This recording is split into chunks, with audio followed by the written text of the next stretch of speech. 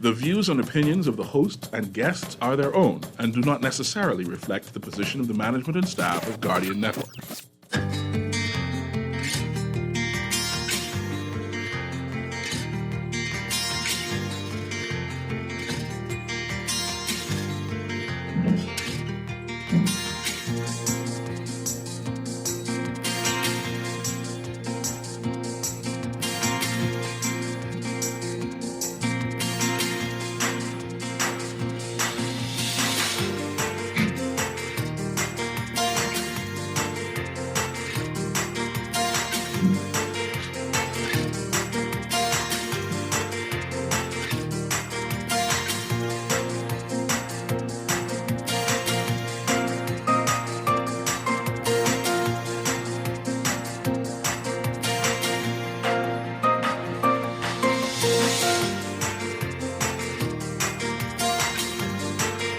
Good morning. Prime Minister Davis says we are out of time to world leaders, urging them to act to save the planet.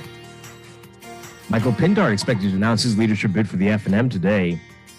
And Water and Sewage Corporation to resume disconnections. It's all straight ahead this morning. I'm Dwight, Strachan, and this is Morning Blend. Wake up, it's a new day. Wake up, it's a new day. It's the start of a new way. You know that it's there. It's the start of the end of the old way. Revolution. Wake up, it's a new day. Wake up, it's a new day.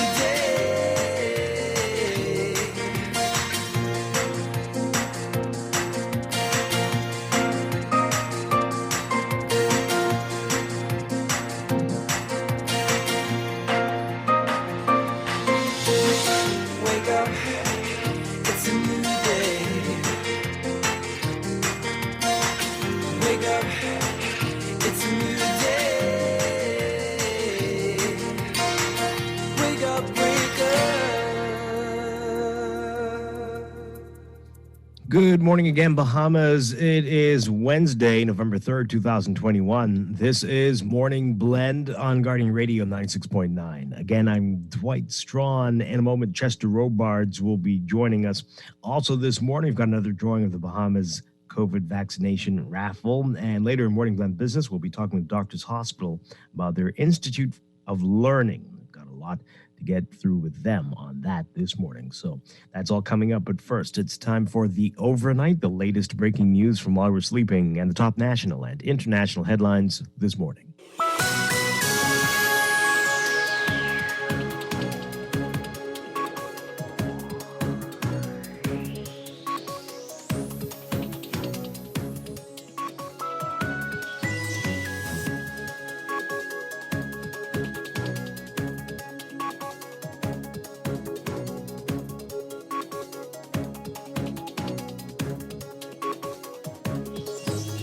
In the overnight, in a strong and urgent plea for action, Prime Minister Philip Davis calling on world leaders gathered at COP26 in Glasgow, Scotland, to find the courage to act in the fight against climate change, warning that more people in the Bahamas could die to monster hurricanes and many other nations would face increasing threats. Davis, saying in a speech that lasted just under 5 minutes, quote, "We in the Bahamas will do what we can, but the limits of what our nation's efforts can accomplish are stark.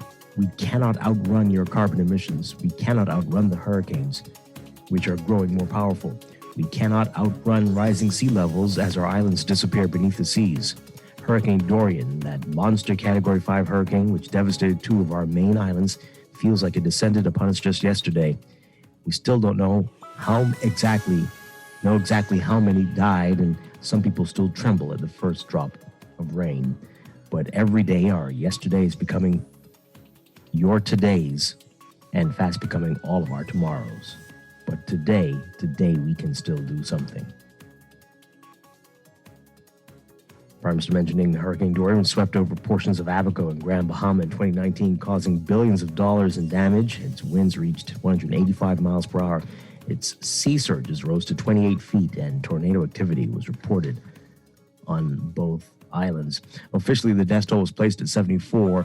Another 22 listed as missing on Abaco were declared dead during a coroner's inquest earlier this year, but officials have admitted that the number of dead and missing is greater. The 2021 United Nations Climate Change Conference, also known as COP26, has attracted some of the world's most powerful leaders and environmental activists, all in an effort to formulate plans to reduce global emissions and stave off further global disasters. The goal of the conference, held annually since 1995, is for countries to come forward with ambitious 2030 emissions reduction targets that align with reaching net zero by the middle of the century.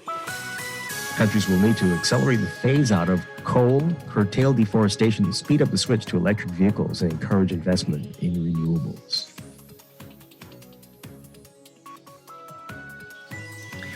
In other news, Health Minister Michael Darville says that some of the contact tracers have not been paid, and it has been leading some of them to quit.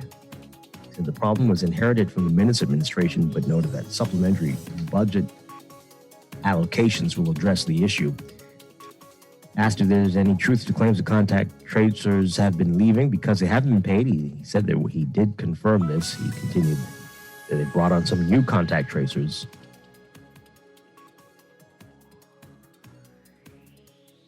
Darville says he did not know the exact number of people who have not been paid, but he assured that adequate funds are in place in the supplementary budget to solve the problem and allow for more contact tracers to be brought in. Health Minister Darville also confirming what became apparent in the orders that will be put in place, legislation that will be put in place following the expiration of the emergency orders, that there will be no more curfews after November 13th. He tabled the rules of the House of Assembly on Monday that will replace the emergency orders. He says, quote, "With our plan, you're beginning to see changes where the numbers are falling. It's very important to understand that we are trying to regulate COVID-19 via rules by way of the Health Services Act through the amendments to Section 29. Marco City MP Michael Pintard set to announce that he will run for leader of the FNM when the party holds its one-day convention on November 27th. A flyer promoting Pintard's campaign launch shows that he will make the announcement at the Hilton Hotel here in Nassau tonight at 8 p.m. And the Water Reach Corporation plans to resume disconnections more than a year after it placed a moratorium on water disconnections in the wake of the COVID-19 pandemic. In a statement to customers posted on its Facebook page last night, the corporation advised that it will commence disconnection of all outstanding accounts beginning Monday, November 15th, in both New Providence and the Family Islands. It asked customers with outstanding bills to bring their accounts up to date.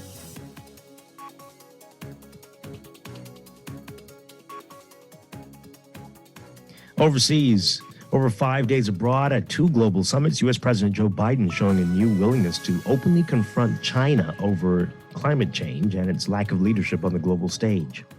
Biden ended his time at the UN Climate Summit in Scotland Tuesday by chastising Chinese President Xi Jinping for physically skipping the event and failing to make the level of commitments that roughly 100 other nations did to curb greenhouse gases. She also avoided the earlier Group of 20 summit in Rome, allowing Biden to dominate the conversation as he met with his French, Italian, British, and German counterparts.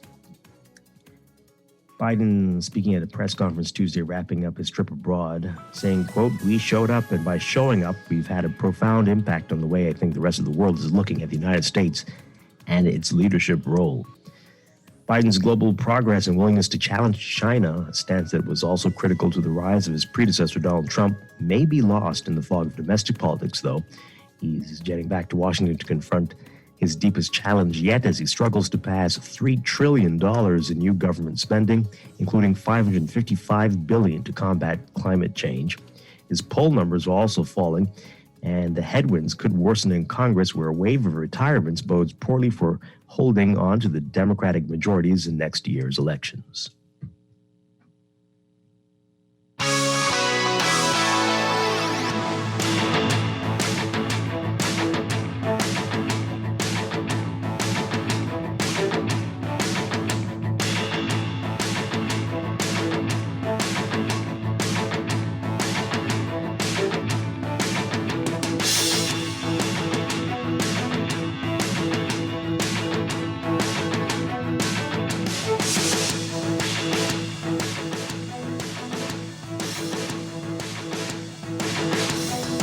In sports, the Bad Boys Mowers men's battle for Atlantis basketball tournament has grown to become one of the top early season NCAA Division I basketball tournaments. This year they're celebrating the 10th year, and coaches are happy to be part of it. Set to make the trip to play at the Imperial Arena at the Atlantis Resort November 24th through 26th are Arizona State University Sun Devils, Auburn University Tigers, Baylor University Bears, University of Connecticut Huskies, Loyola University Chicago Ramblers, and Michigan State University Spartans, along with Syracuse University Orange, Virginia Commonwealth University Rams. This year's men's field includes 4 top 25 preseason teams, including the defending national champions, Baylor Bears. Among the group, there are combined 9 NCAA national championships and 2 Hall of Fame coaches in Tom Izzo and Jim Bowden. You can read more about it in today's Guardian Sports section. And from Major League Baseball World Series, the Atlanta Braves winning their first World Series since 1995. Braves breezing to the World Series championship, the first one again since 95, hammering the Houston Astros 7-0 Tuesday night in Game 6 in Houston. That's sports, and that's the overnight. Time for your first look at weather.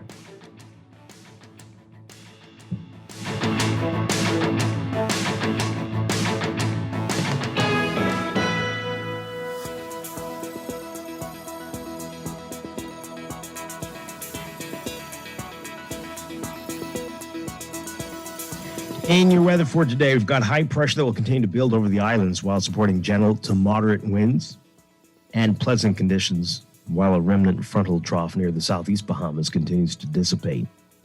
For today, for the northwest and central Bahamas, look for partly sunny and warm conditions, becoming mostly fair and comfortable. By tonight, winds northeast to east at 10 to 15 knots, seas 2 to 4 feet.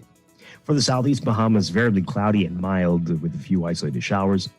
Winds northeast to east at 10 to 15 knots, seas 2 to 4 feet. Temperature-wise, we're looking at highs getting up to around 86 Fahrenheit, 30 Celsius. Overnight lows tonight getting down to about 70 Fahrenheit, 21 Celsius. Currently, it is about 76 in Nassau.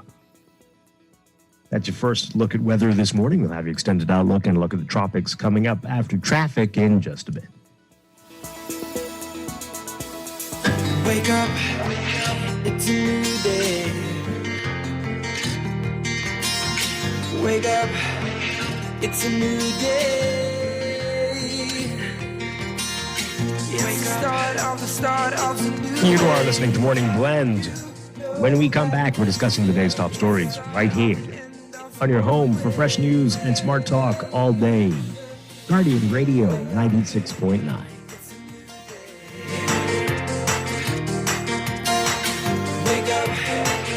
It's a new day.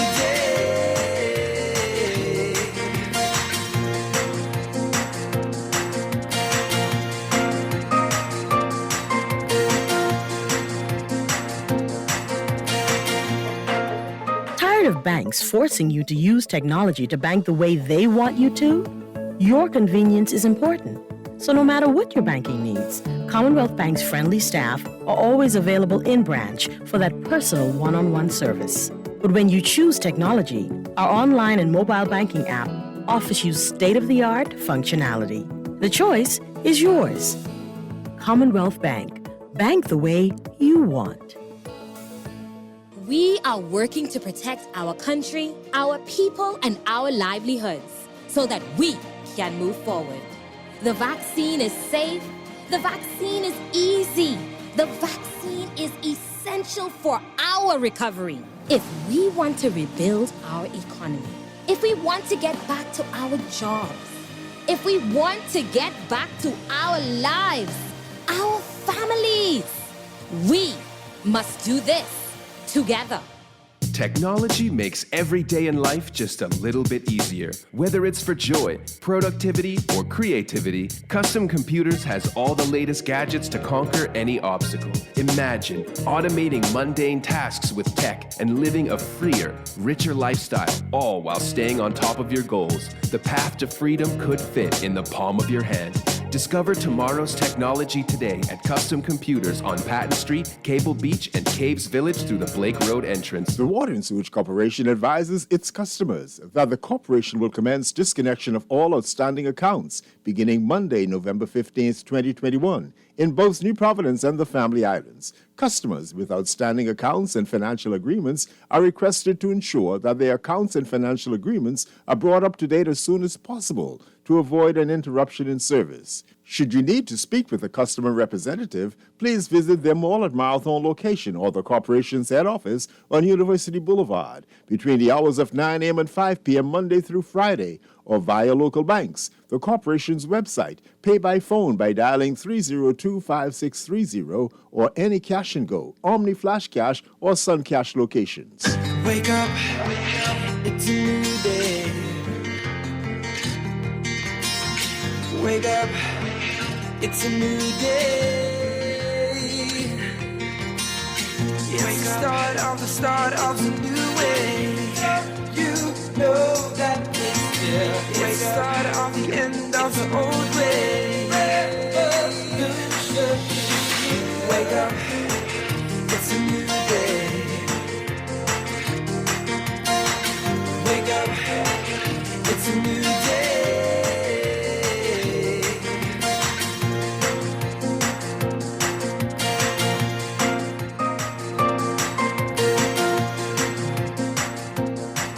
Welcome back.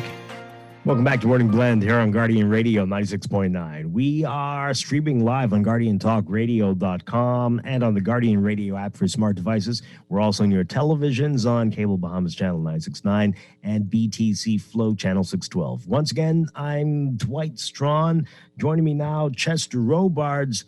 Good morning, Chester Robards. Good morning. Great to have you with us as always. Great to be here. Thanks.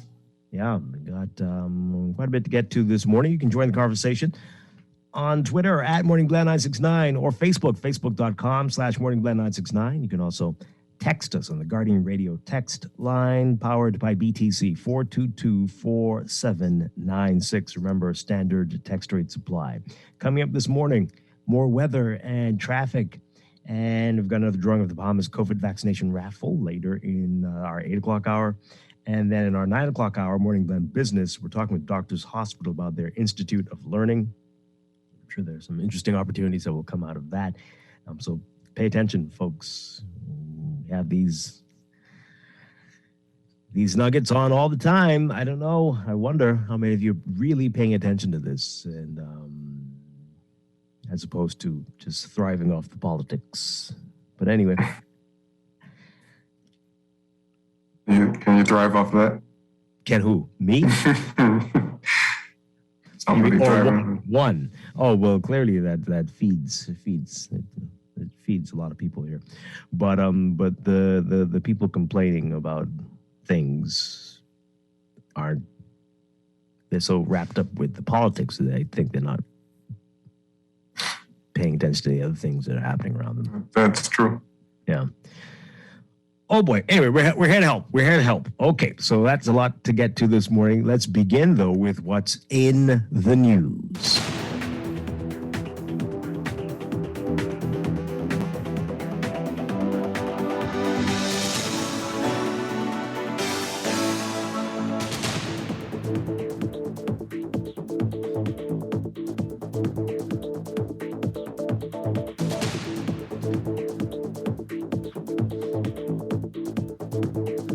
And in the news, there's a lot to talk about this morning. We're going to get to the Prime Minister's speech at COP26 in Glasgow in just a bit. Lots of raves for that speech. But there's a lot on page 2 in your NASA Guardian today. Just want to quickly mention these. So an autopsy is going to be performed to determine what caused the death of an inmate found in a cell. It's still unclear what caused his death on Monday. whether it was homicide or natural causes. We're not sure. And it seems he was in the cell with a number of other people. So we're going to wait to see about that. Agitated Cuban migrants set fire to garbage at the detention center.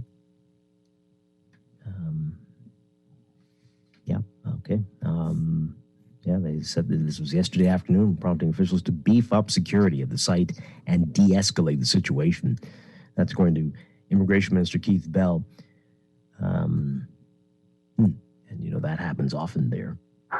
Well, maybe not often, but it's happened before, let's say that. Especially with Cuban migrants waiting to be deported.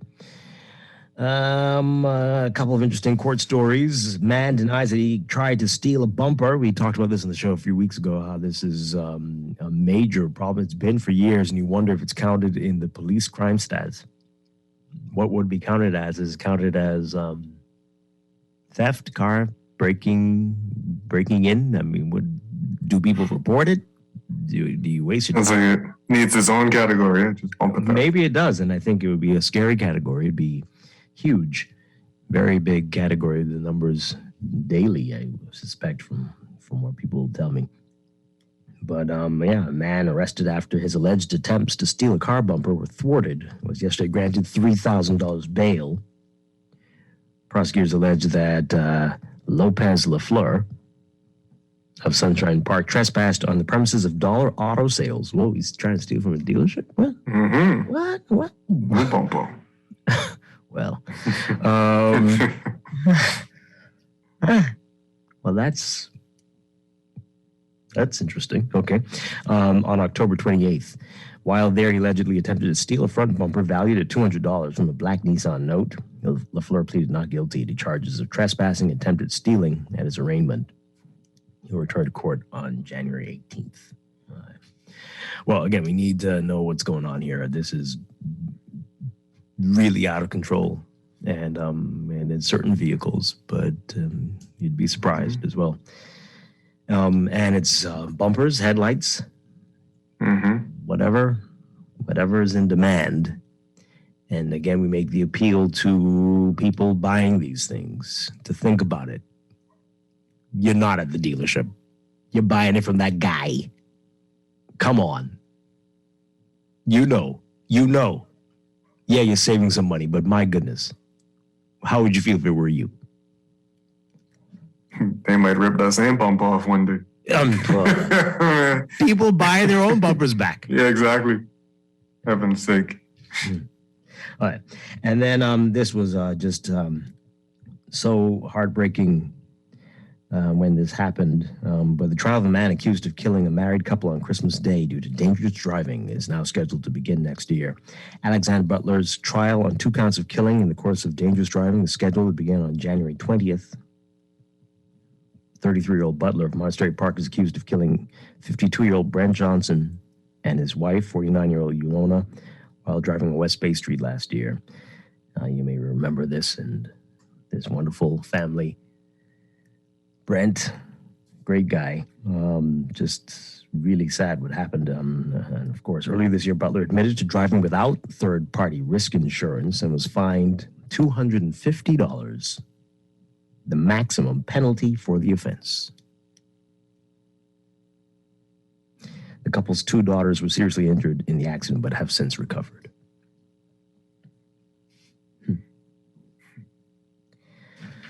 Oh, boy. Yeah.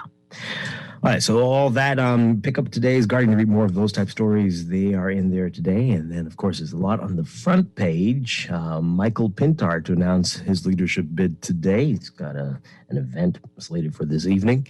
And he's scheduled to be our guest tomorrow morning. So tune in to find out more about that tomorrow. All right. And we discussed this yesterday. It was with the legislation that we saw. There's no mention of curfews, and reporters yesterday asking the health minister, Michael Darville, to confirm this. We didn't see any mention of curfews, and he said, yes, of course, there will be no more curfews after November Well, when this expires, the emergency orders expire on November 13th. All right.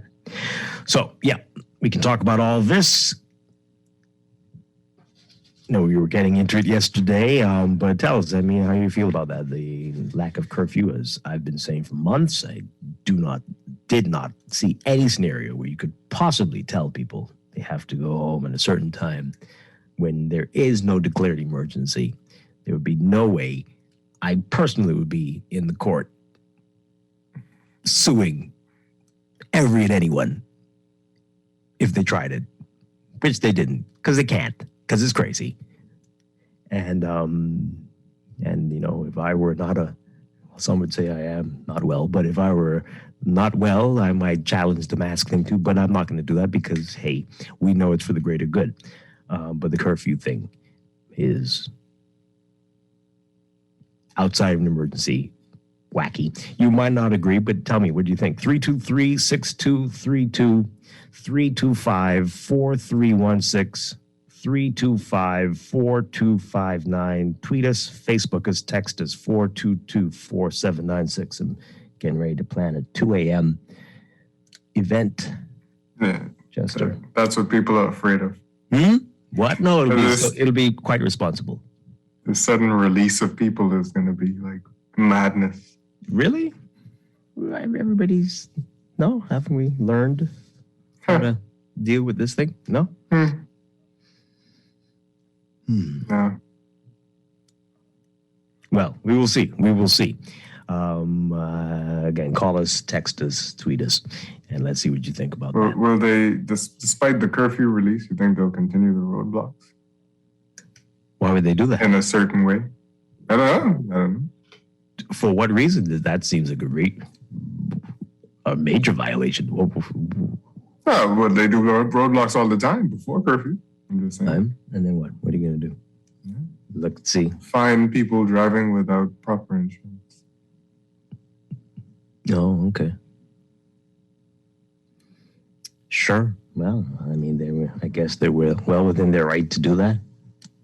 I guess. I'm sure they are tired of this as well, though. Yeah, I'm pretty sure they are. Yeah, after nearly 2 years, they are exhausted. Mm-hmm. Yeah. And so you wonder, there were a lot of places that were open 24 hours before. Are we going to see that return? Are companies even interested in that anymore, or is that a thing of the past now? There were a couple of places that were weekend only, 24 hours, and you remember, what I'm talking about, the lines used to be wrapped around. Will we see a return to that? I don't know what you're talking about. No? Okay. But it's going to be interesting. How much have we changed forever as a result of this pandemic? What had been become part of our culture? People have found themselves creased up in what, I don't know, quote unquote safe places like the hotels. There's been a lot of that. And watching more television than ever before. Yeah. Yeah. So maybe that's who we are now. Boy, it's going to be interesting. We've seen in other parts of the world, they've bounced back. They've gone back to what they were doing.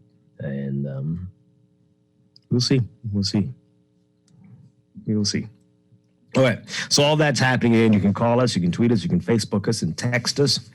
The other big story, of course, COP26 in Glasgow in Scotland, this summit on climate change, world leaders making their cases, and a lot of the attention on small countries, island states like the Bahamas, and almost begging the bigger countries to act now to save the planet, and specifically us, the most vulnerable countries in the world. Prime Minister Davis delivering an amazing speech, very well written. Clearly, this is not one of the regular speechwriters.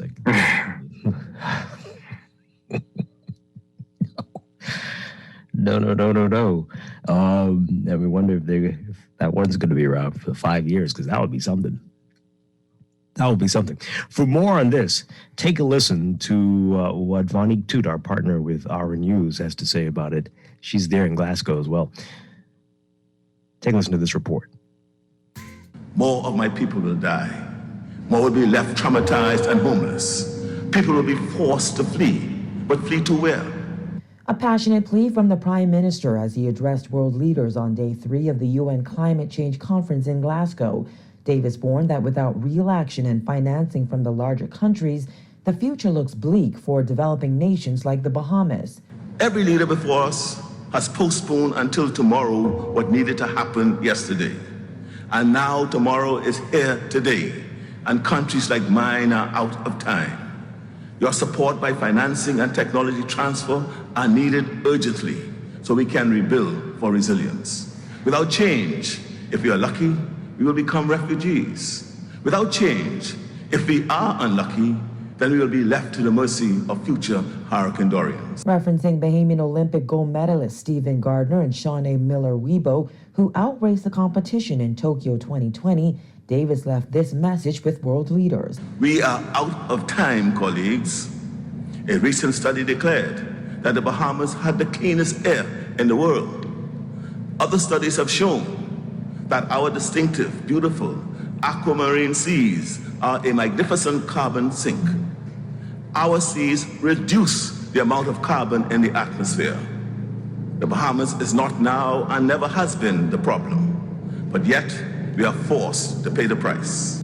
Davis pledged that the Bahamas will do what it can to help tackle climate change, but he acknowledged that the limits of what the small nation's effort can accomplish are stark. We cannot outrun your carbon emissions. We cannot outrun the hurricanes, which are growing more powerful. And we cannot outrun rising sea levels as our islands disappear beneath the seas. Hurricane Dorian, that monster Category 5 hurricane, which devastated 2 of our main islands, feels like it descended upon us just yesterday. We still don't know exactly how many died. Ahead of his address to world leaders today, the Prime Minister participated in critical funding negotiations for the Bahamas. Back to you, Chris. Okay, Vonique Toot with that report there. All right, great speech. Lots of wonderful things said there.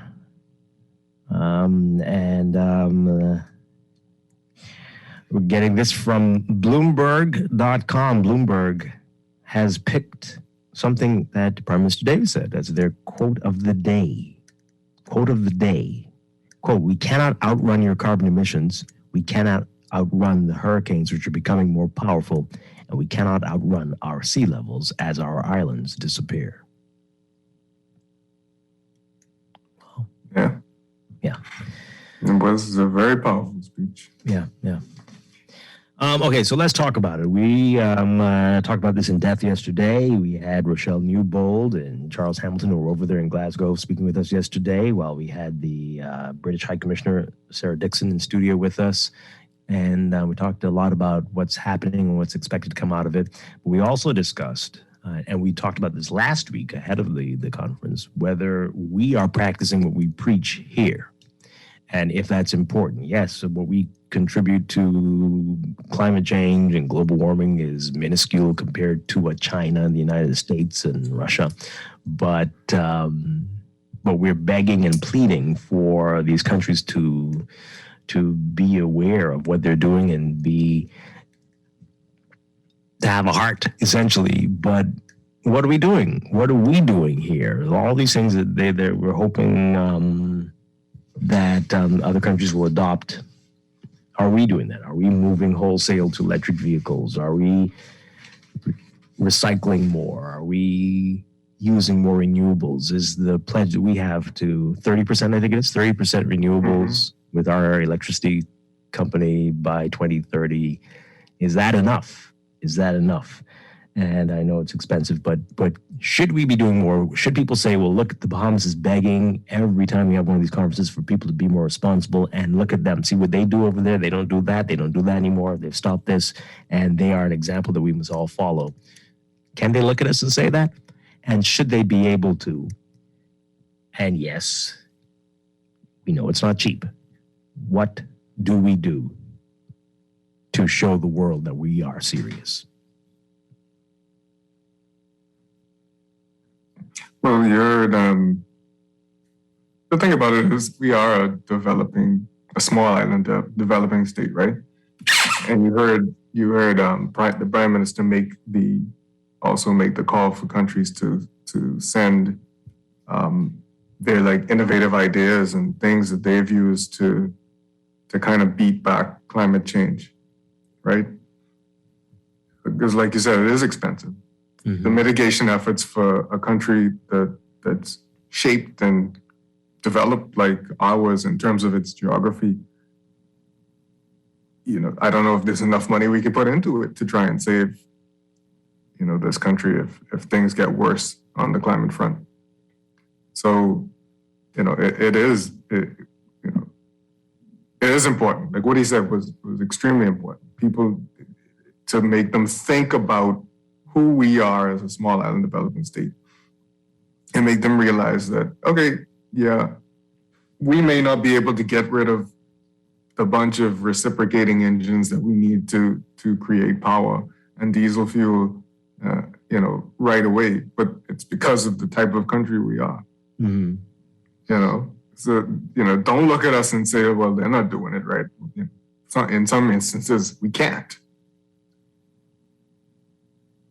Yeah, but we can't. He talked about tomorrow today, right? Like we cannot do it tomorrow, but some of them can do it tomorrow. Some of them develop the things that we need to do it tomorrow. So that was the call. Yeah, of course. But I'm thinking about us. I mean, again, we don't have a recycling program other than little things that certain groups do, but no community-wide, no national one, no island-wide at least. Somebody's texting here now about, great speech, but put your money where your mouth is and remove duties and VAT from all electric vehicles. Oh, yeah, that's great. And not just electric vehicles and some of the batteries, solar panels. I mean, solar panels are, but the batteries for them, right? Those type things. Why aren't we doing that? And maybe I can't believe I'm about to say it, but bumping up the duties on other things that are known to be detrimental to the environment, which are already high, but even more so that people will feel that it'll save them, it'll be worth it to buy this more environmentally friendly product. The duties are very low on electric cars now, 10%, but maybe they should go lower. And that will show that we are serious about this. We do want you to get out of that vehicle that is burning fossil fuels. But are we serious? Let's hear what you have to say, folks. Call in 323-6232, 325-4316. 325-4259. Tweet us, Facebook us, text us 422-4796. So they're just going to look at us and say, well, y'all still driving big, giant, gas-guzzling SUVs. Is that what they're going to say? Are they? Like, what is this? Look at that diesel-polluting bus there. Look at all of them. Huh. And yet... We're going to say it's still minuscule compared to what you are pumping out. Okay. Right. Just like you said yesterday. Yeah. Like those parents who tell you, don't watch what I do. Just do what I say. Let's go to the phone lines. Good morning, caller. You're on the air. Good morning, Dwight and Chester. Hi, good morning. Morning. Yeah, I just thank you guys for saying I agree. The Prime Minister, I'm proud of him, as far as and his statement. Right, but the we're gonna have to see how that's gonna really work out when he comes back home, because like we're saying from the first time he went to the United Nations, and he was saying the same thing about the climate change. The climate changes in the world today. The bombers need to just being an example in this region, right? Because I mean, he then out there, our prime minister then out there in the world for the statement and that he made, which were very good, right, and commendable. But I believe he can have to go a little further when he comes home to really put things in perspective as far as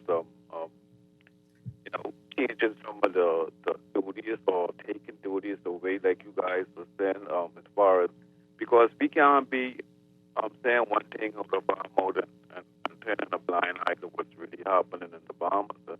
Yeah. I believe we have the best location to really make a difference in this world as far as renewables are concerned, right? So I really looking forward for some more when he comes back, as far as what this administration is going to do to reduce or to move away taxes that will help us to get in the frame of mind of renewables and stuff like that. Especially our cars, because like I told you before, I want an electrical car too, because hey, I tired of riding behind these cars with all of this pollution coming from it, and you can't even breathe if your window is down, right? So I down for that. So I'm looking forward for some legislation. So, but Dwight, final, when the leader comes in tomorrow, right? Please ask them. When the what now?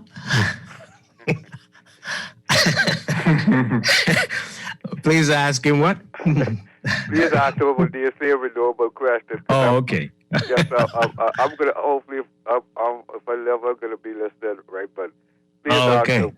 Yes, sir. Yeah. Okay. Well, there you go. You've been saying it. That's your man, right? Yeah. Okay. Yeah. So we're looking forward to it. All right. Thanks a lot. So getting this from. This is what others are doing in the region. Chester, I'm sure you can figure out who sent me this. So Trinidad and Tobago removing taxes and import duties on electric vehicles, according to CARICOM today. Effective January 1st, 2022, Trinidad and Tobago will be removing all custom duties, motor vehicle tax, and value-added tax on the importation of battery-powered electric vehicles with an age limit on imported used battery-powered electric vehicles of 2 years. The policy will be subject to review after 2 years have elapsed. In August, the government said plans were underway to increase the penetration of electric vehicles in keeping with Trinidad and Tobago's commitments to the Paris Agreement, called the Nationally Determined Contributions. A consultant has been engaged by the United Nations Environment Program and Denmark Technical University to develop funding proposals for the installment of ultra-fast solar electric vehicle chargers. Right. Mm-hmm. That's very, very interesting. Very, very interesting. And, I've been saying it for a while now that, again, this government needs to look carefully at the duties on electric vehicles. Yes, it's 10%, but only up to $50,000. If the vehicle is more than $50,000, I think it goes up to 65%.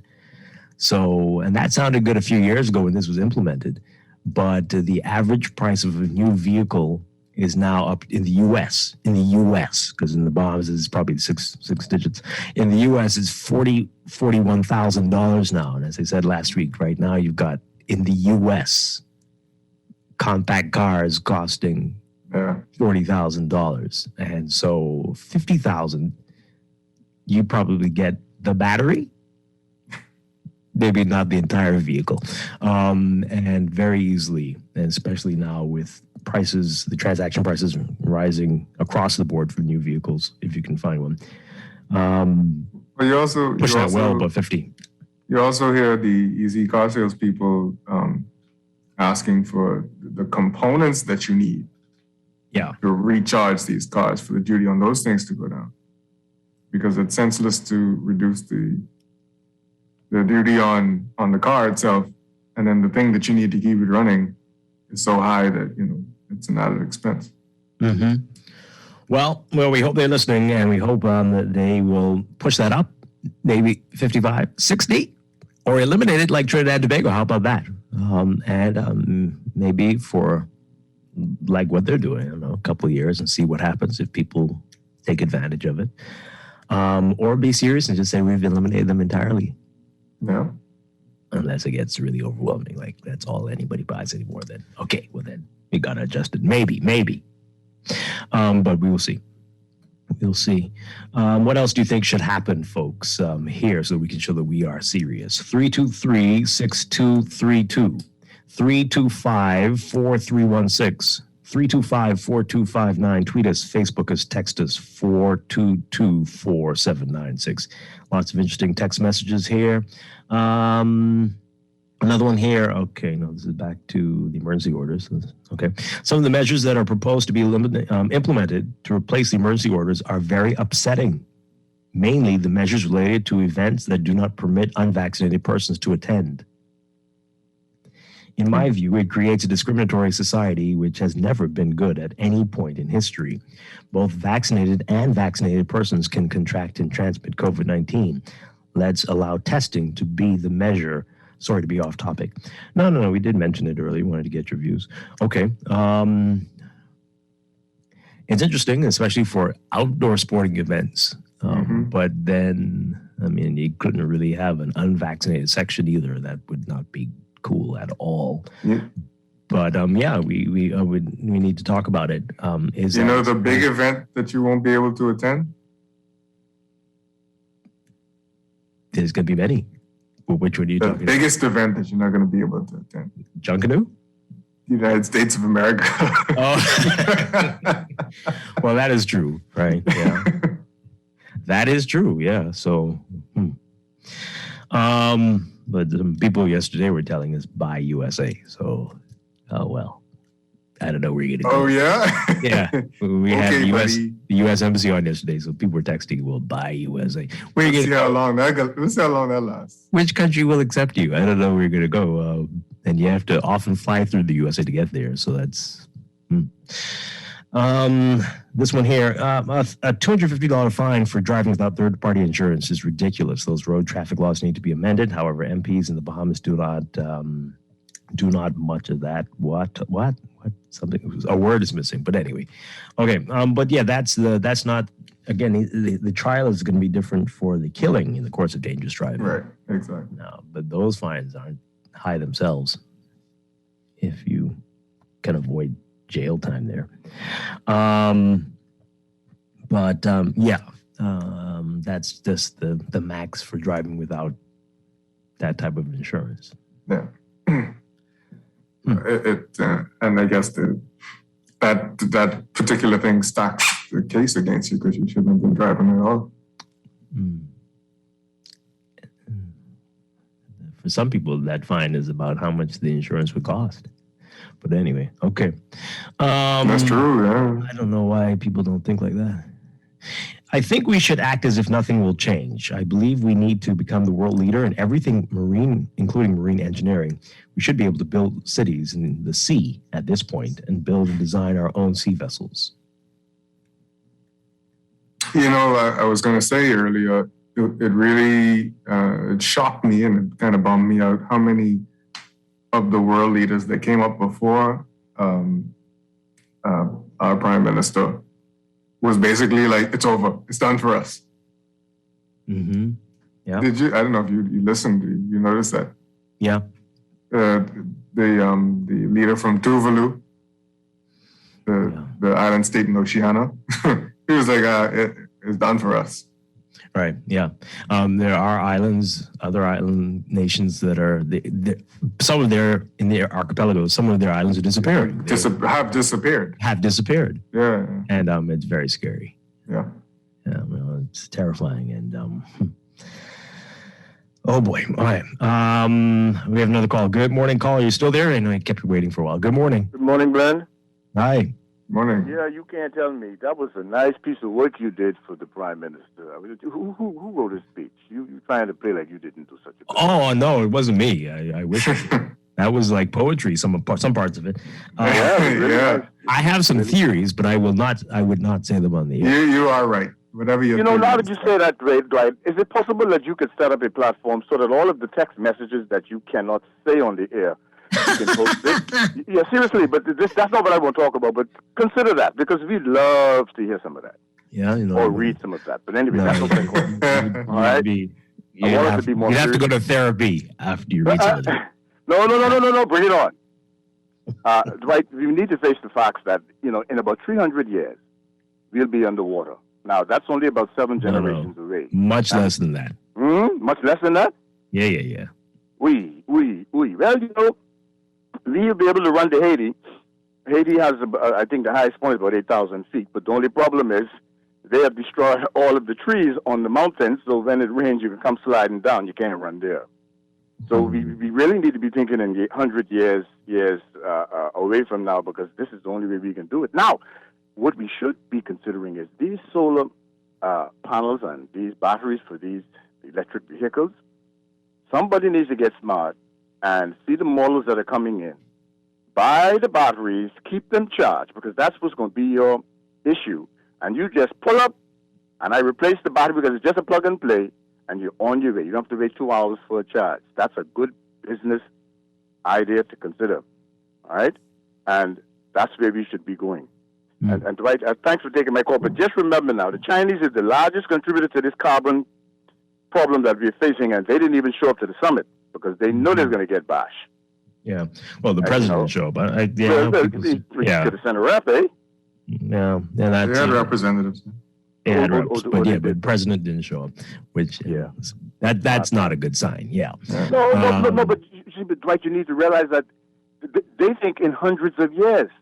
We don't. If the Chinese want your property, they would come and tell you we'll pay double for it, number one. And then on top of that, if you say you still ain't selling, they say, look, here's what we can do. We can let you keep it. We'll give you double for it. Keep it in your family for 100 years. And after 100 years is ours. That's how they're thinking. We don't think like that. Thanks for taking my call. Yeah. Thanks a lot. All right. This person says, Dwight, you're throwing plenty shade lately, LOL. I don't know what you're talking about. What? Okay. Sure. Eloquent speech. Then the prime minister will... Oh, no. Okay. Really? Well... That bad? Anyway, I'm going to read it. Okay. Eloquent speech, but then the prime minister will turn around. They're not saying it happened, but they're saying, it could. Turn around and give a former client the right to drill for oil. Who processes it and will add to the same issue that is threatening us now. Clowns read my whole text every word. Oh, shoot.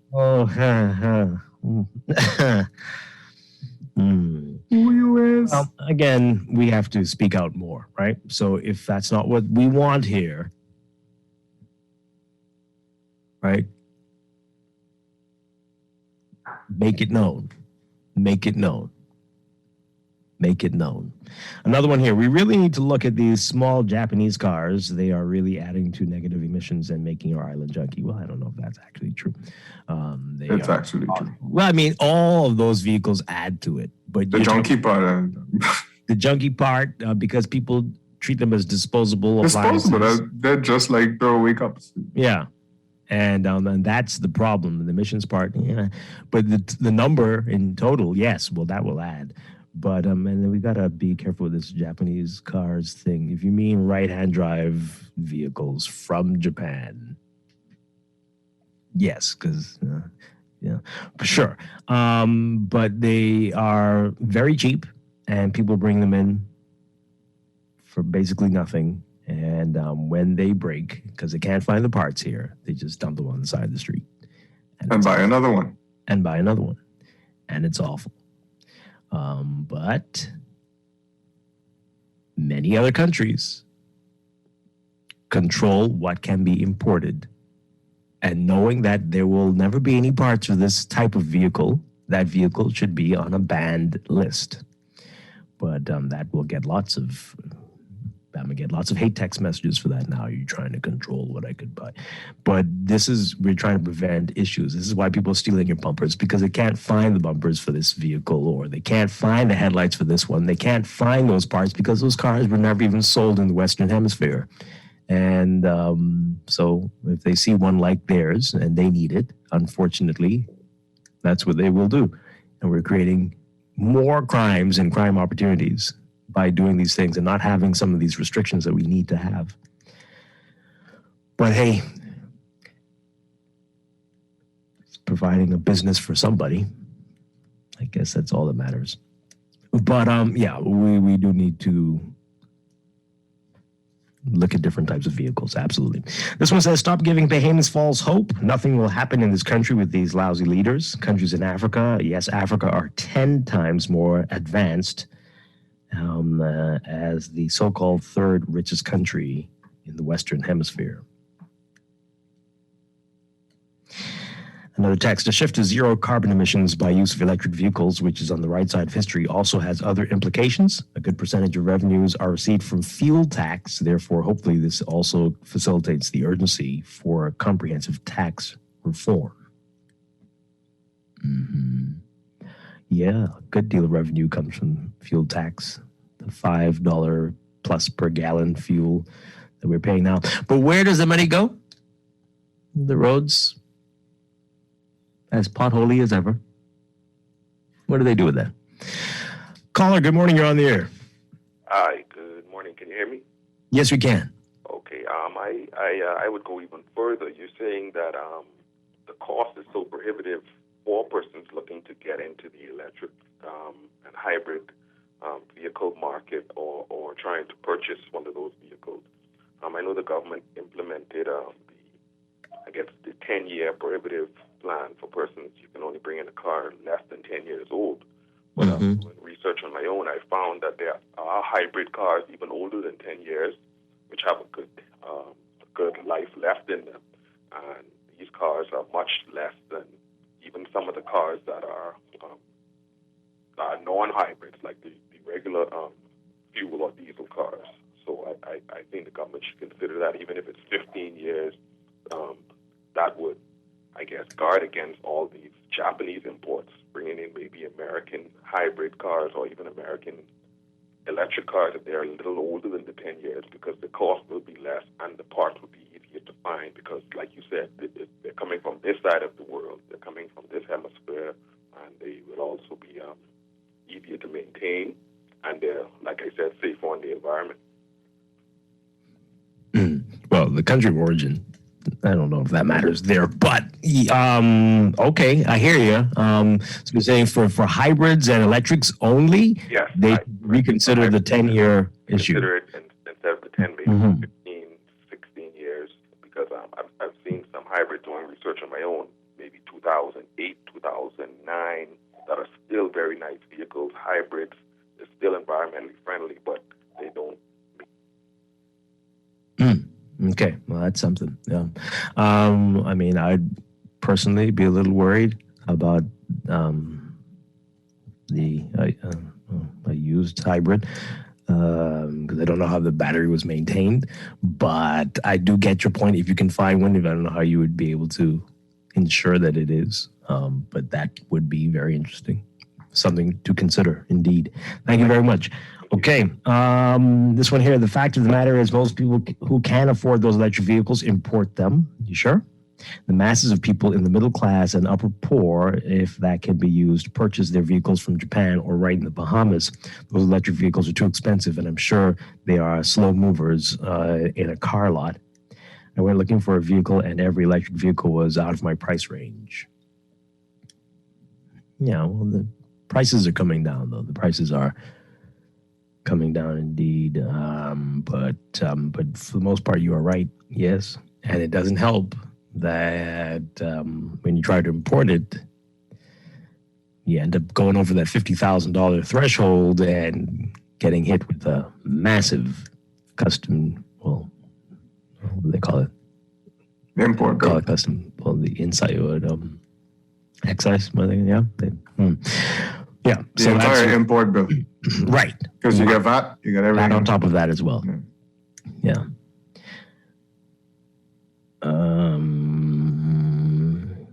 Dwight, are unvaccinated customers allowed to eat indoors under the new emergency rules once they have a negative COVID test? Only if they're vaccinated. Oh, no, you have to be vaccinated. You have to be vaccinated. I'll pull it up. I think, what did it say about unvaccinated? Can you eat outside if you're unvaccinated? I think it's still, we're saying vaccinated, right? Inside, you mean? Outside. Let me check it out. You mean if you're unvaccinated, do you still have to eat outside? Mm-hmm. Let's take, is there another call there? Let's take that while we look that up. Good morning, caller. You are on the air. No? No, okay. This one here. In Europe, we don't need cars because of good public transportation. And when you mess a car, there are tons of car share or cheap rentals through apps. Is this not feasible? And when you need a car, there are tons of car share or cheap rentals through apps. It's not feasible in the Bahamas, isn't it? Also, the public transportation system needs a complete overhaul in the Bahamas, and the car sales industries will just need to deal with it and adapt. The island is far too small for the number of vehicles there. We need a new approach, period. Yes? Amen to that. Absolutely true. Yeah, well. All right, more messages here. Those Japanese cars are disposable and were made for bumper-to-bumper traffic, but I see them speeding up and down. We need to embark to have all of those derelict vehicles shipped out of the country and put some sort of restrictions on the importation of them.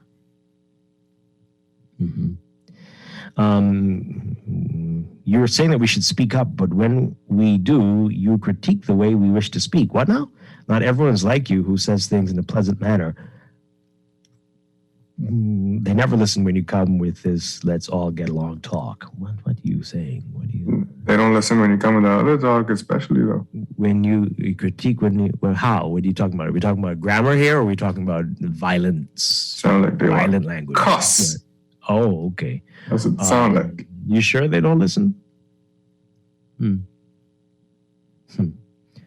Okay. Impressive, eloquent speeches. We're all over the place this morning. Impressive, eloquent speeches from leaders will get the Bahamas nowhere. We need real actions in this country. Okay. All right. Yeah. How do you take some of these texters? To be honest, some of them need to pick up and leave or stop crying. I don't support Mr. Davis or the PLP, but I must say that this is how a PM should speak. It was powerful, Dwight. Okay. And this one says here, I keep saying that we are not serious about giving shots in arms. What now? Last week we did only 8,790, and the week before 10,782. If we're serious, we should have centers open daily from 7 a.m. to 7 p.m. Let's get it done. Well, what you're saying, that doesn't seem to be an issue with the times they're open. That's just the interest or the number of people who went forward, right? So are you saying that if they had more flexible hours that more people would go? Okay, maybe. But yeah, there was a definite decline in the number of people who got vaccinated last week. Okay, that's interesting. Yeah. This one says here, I don't blame the Chinese for not showing up. The wealthy countries that benefited from polluting are now telling their competition, China, not to do the same. Our cars should be right-hand drive. I think we need to ban left-hand drive cars. What? Well, where'd that last part come from? Yeah, I mean, yeah, we definitely, if you're driving on the left, you should be driving right-hand drive cars, but I can't stand right-hand drive cars. I agree. I really can't. I can't do it. They like handle different and everything. Do you feel, when I drive a right-hand drive car, I feel like Fred Flintstone, like the car is tilted? Yeah. Is it just me? No, it's not just you. Yeah, like why is this car raising up on the left side?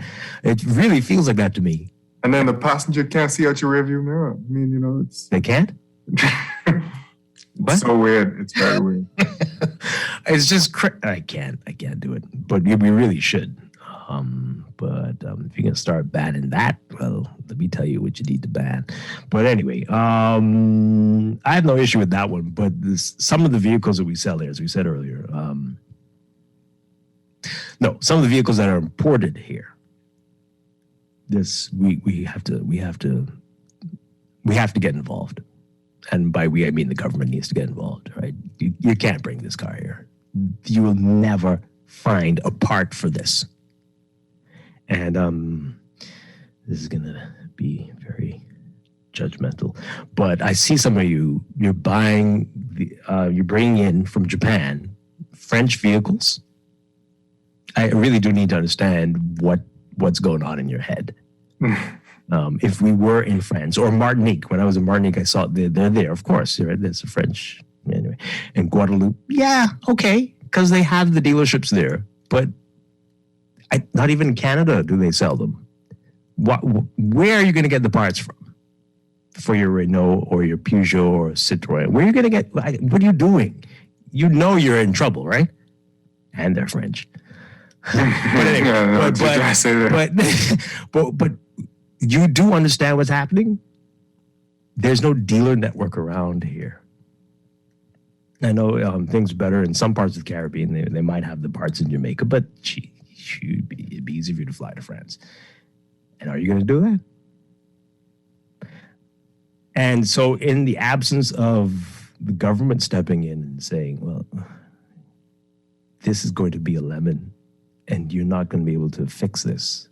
You won't get body parts. You might be able to find some internal parts that can work from a different vehicle, but this isn't smart. And people are buying based on their pocketbook and not with their brain, and it's going to cost them more in their pocketbook eventually. And I really do. And if someone, please listen, we are creating a perfect storm of crime. It's already happening, right? If you have one of these rare vehicles and someone sees and they see another one that looks just like theirs, this is not going to end well for any of you. But, okay. Anyway. Let's take a break. When we come back, a lot more of what's in the news. We'll continue this. We're getting a lot of your text messages, and people are asking for the uncensored, the text messages. They want. I thought that was a good idea. Sharing it somewhere. People have been saying that for a while. No, man, you can't share defamatory content like that. It's all defamatory, and some of it's just too and rude. Yeah. I don't know. No, there's enough filth out there. We don't need to do that. No, we can't be a part of that. Anyway, we'll be back. This is Morning Blend on Guardian Radio 96.9. It's a new day.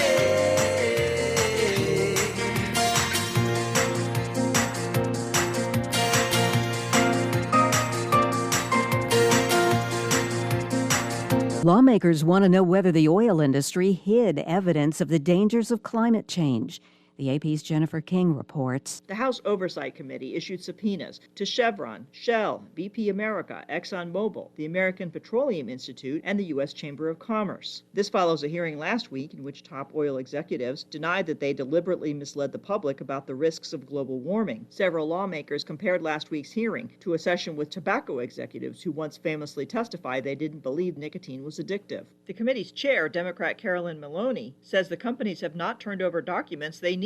Republicans on the committee accused Democrats of partisan theater. ExxonMobil CEO Darren Woods testified that his company's public statements on climate have always been truthful, fact-based, and consistent with mainstream climate science. Jennifer King, Washington. Gas is $3.40 a gallon this morning, 2 cents higher than last week, says the AAA. I'm Rita Foley, AP News. For 38 years, Strachan Commercial Pest Services has provided trained certified technicians while using environmentally safe, industry-standard products.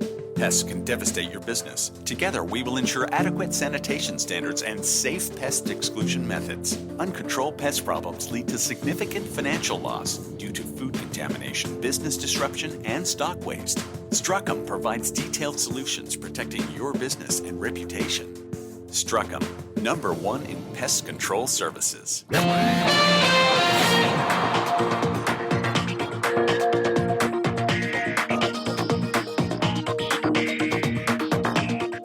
7:43 the time now. Time for your morning blend traffic alert brought to you by RBC Royal Bank. Here's what's happening in real-time traffic on a number of hotspots this morning. Milo Butler Highway as usual from Fire Trail all the way up to Tawny Williams Darling Highway. In fact, traffic is backed up south and west of the Fire Trail and Milo Butler Highway roundabout. So it's backed up on Fire Trail eastbound and northbound on Milo Butler Highway heading to that roundabout, and then, of course, out of the roundabout, all the way up to Tawny Williams Darling Highway.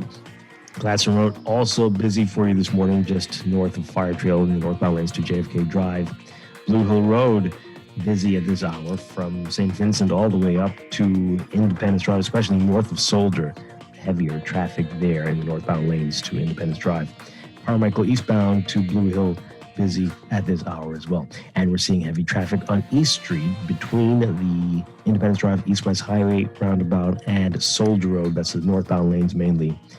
Independence Drive is backed up as well, westbound to that roundabout, Blue Hill Road. So that area is just congested. Good luck to you if you're there. All of your options not looking good this morning.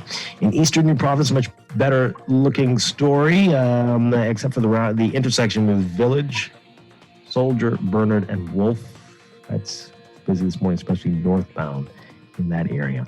That's your real-time traffic and your morning blend traffic alert brought to you by RBC Royal Bank, banking reimagined.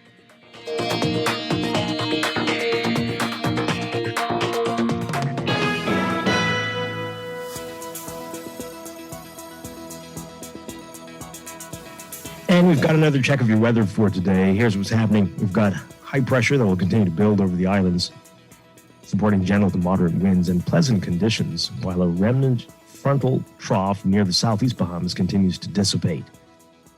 For today, for the northwest and central Bahamas, partly sunny and warm, becoming mostly fair and comfortable tonight. For the southeast Bahamas, variably cloudy and mild with a few isolated showers.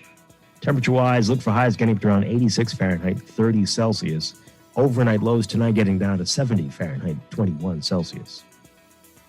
In your extended outlook, another strong cold front will move near the islands on Friday with associated unsettled weather ahead of it. So for tomorrow, Thursday, look for partly sunny and warm conditions over the northwest islands and variably cloudy and isolated showers over the central and southeastern Bahamas. Friday, cloudy to overcast with scattered showers and isolated thunderstorms as that front approaches. In the tropics, we're still talking about this. Tropical storm Wanda is out there, just out there. No threat to anybody. But it's about 700 miles west of the Azores. Elsewhere, tropical cyclone formation not expected during the next 5 days. That's your Morning Blend weather check. We'll be back with more Morning Blend after these messages here on Guardian Radio 96.9.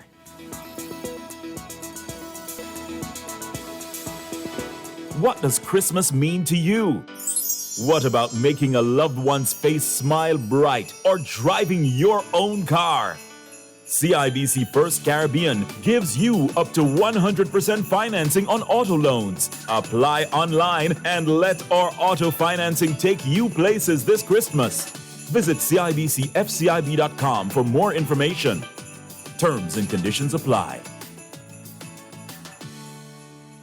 The Water and Sewage Corporation advises its customers that the corporation will commence disconnection of all outstanding accounts beginning Monday, November 15th, 2021, in both New Providence and the Family Islands. Customers with outstanding accounts and financial agreements are requested to ensure that their accounts and financial agreements are brought up to date as soon as possible to avoid an interruption in service. Should you need to speak with a customer representative, please visit their Mall at Marathon location or the corporation's head office on University Boulevard between the hours of 9 a.m. and 5 p.m. Monday through Friday, or via local banks, the corporation's website, pay by phone by dialing 302-5630, or any Cash and Go, Omni Flash Cash, or Sun Cash locations. We are working to protect our country, our people, and our livelihoods so that we can move forward.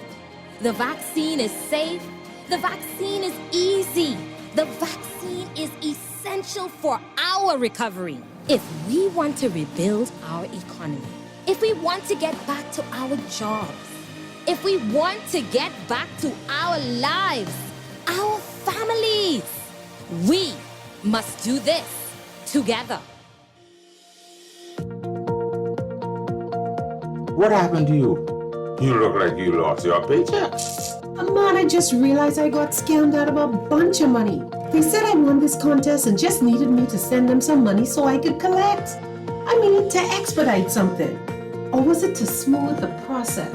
Man, you're smarter than that. Protect yourself against scams and fraud by following these tips. If you know you didn't enter a competition, you can't win. Never pay to receive a cash prize. If you're being asked, you're being scammed. Check trusted internet sites for verification of information given to you. Do not give your banking details to people you don't know. If it sounds too good to be true, it is. Monitor your bank account regularly for any questionable transactions. Get more information at getmoneysmartbahamas.com.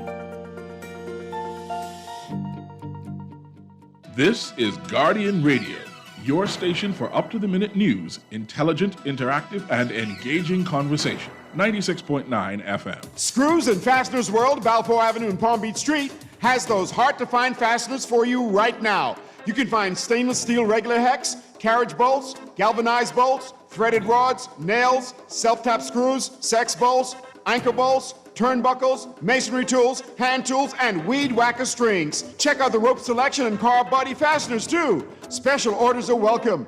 It's your #1 fastener store. Screws and Fasteners World, Balfour Avenue and Palm Beach Streets. Call 326-1976.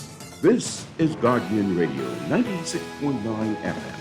Fresh news, smart talk, all day.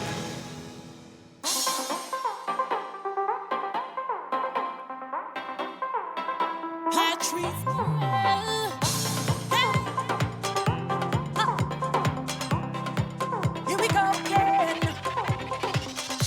Woke up this morning, time to face a new day.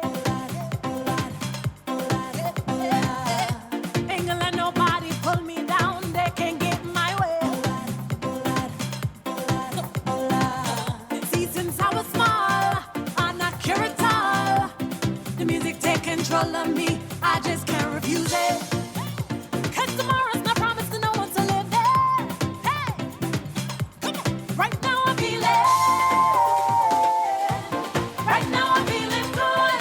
Right now. We are back here with Morning Blend on Guardian Radio 96.9. Dwight Strachan, along with Chester Robards, on this Wednesday morning. Getting some flack, Chester, from the people saying I'm being judgmental about my comments about French vehicles. It's nothing about them being French, but it's just the fact that there is no dealer network, and I think this results in challenges when you cannot legitimately find parts for a vehicle. It opens up the door for illegitimate actions. All right, that's very clear. It's very simple. Even when you can find the parts legitimately, people are thieving. So imagine when you can't, and you can't get them in Florida. The nearest place is Guadeloupe. What? It's crazy. It's crazy, baby Jamaica. It's crazy. What are we doing? Why are we? You're looking for trouble. You're looking for trouble. And there are many other vehicles like that as well that were never sold here, never sold in the U.S., and they're all over the streets of the Bahamas. And then you wonder why headlights and bumpers and other things are disappearing off your vehicle. Yeah. It's terrible, and it's very sad. But again, we could prevent this from happening if we had some restrictions. And no one likes that word, but sometimes it's for the best. It's for the best sometimes. And we have to think like that. But we're not prepared to do it because, people making some good money off this stuff. Oh, well. Earlier we got that text about the numbers going down for the people getting vaccinated, and they're saying that we needed to expand the hours, right? And yes, another text. People need more flexible hours, and there are many long lines of people out in the sun for hours up to yesterday. So hopefully they'll consider that.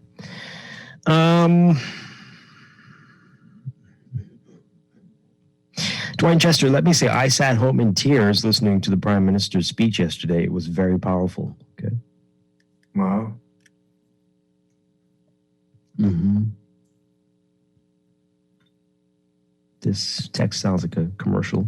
I don't know if I can read this. They're saying a certain electric vehicle from Japan is a good buy. The only problem is that the prices went up on those last year. So I guess they're saying if you wanted to import a used electric, but the prices went up. Yeah, a lot of used car prices went up with this issue that we're having with the shipping. Yeah. And that's going to be a big problem going forward. Yeah.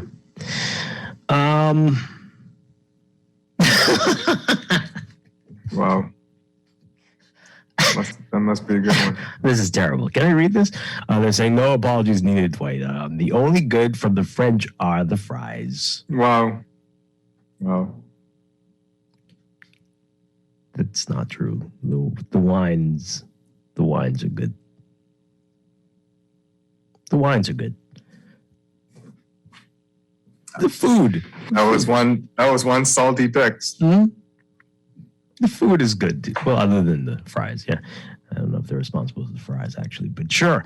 323-6232, 325-4316, 325-4259. We were talking about climate change. We're talking about the Prime Minister's speech yesterday, and we strayed a little bit, but it is related to the consumption here, especially of vehicles and these cheap vehicles that people bring in, and that's all they can afford. And that's really sad because it costs so much to buy a new car, mainly because of the duties. And prices are going up. Prices are going up. As you said, in the U.S., the average price of a car now, the average new car price is up to $41,000. That's insane. You remember when cars used to be, well, when I was a teenager, they used to be like $12,000. When you were a teenager, it was a Model T. I'm in a good mood today, Chester. I'm going to allow that one. That's a good one. Yeah, great. But yeah, it was like, and that was a lot. 12,000. What? And 16,000. Oh, wow, you're rich. Mm-hmm. If we only knew. And it doesn't even matter because when you do the adjustment, it's still much lower. Inflation stuff. Yeah, it's still much lower. Car prices are way up. And it's crazy. But French fries are more American than French. Yeah. But it's the way that we're treating this, and this is what I'm saying, are we being hypocritical here when we're asking these countries to do better when we just will consume and dispose and no regard for recycling? And it's just, will they take us seriously when we're begging them to change their ways? And that's what we're asking you now this morning. Okay, continue to call us, 323-6232, 325-4316, 325-4259. Tweet us, Facebook us, text us, 422-4796. After the news, I want to get into the Prospect Ridge situation and the discussion in the House. Yeah, that was Monday. And what was said there and where things stand and what's supposed to be coming in the next few days. I know a lot of people just in limbo right now, not sure what's going to happen with them, including you. Hey, Chester. Yes, sir. Do you have any idea? Anybody said anything to you? No, sir. Oh, my. Wow. All right. This person says here,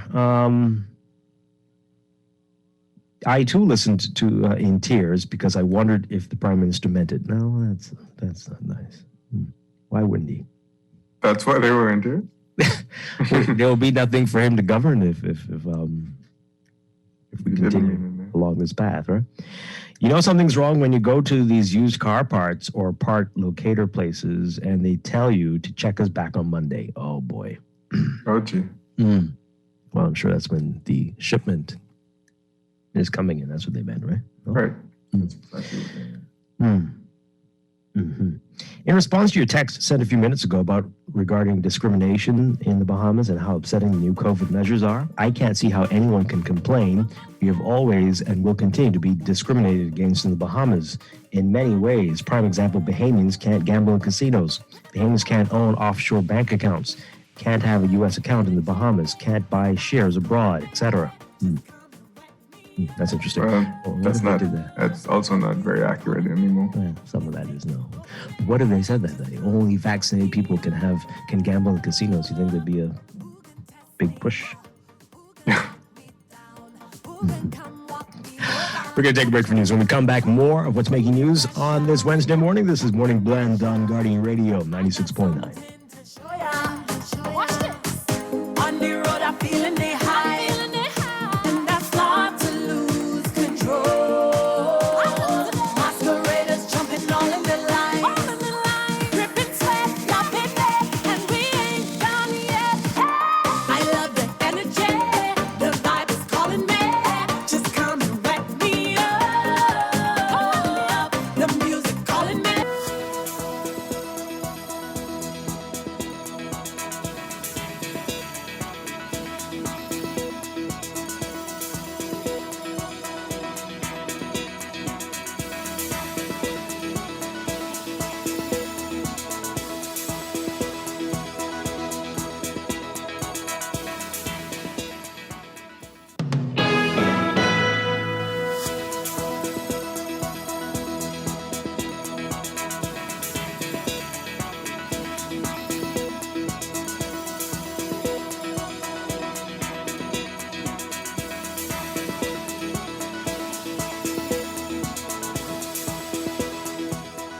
Welcome back to Morning Blend here on Guardian Radio 96.9.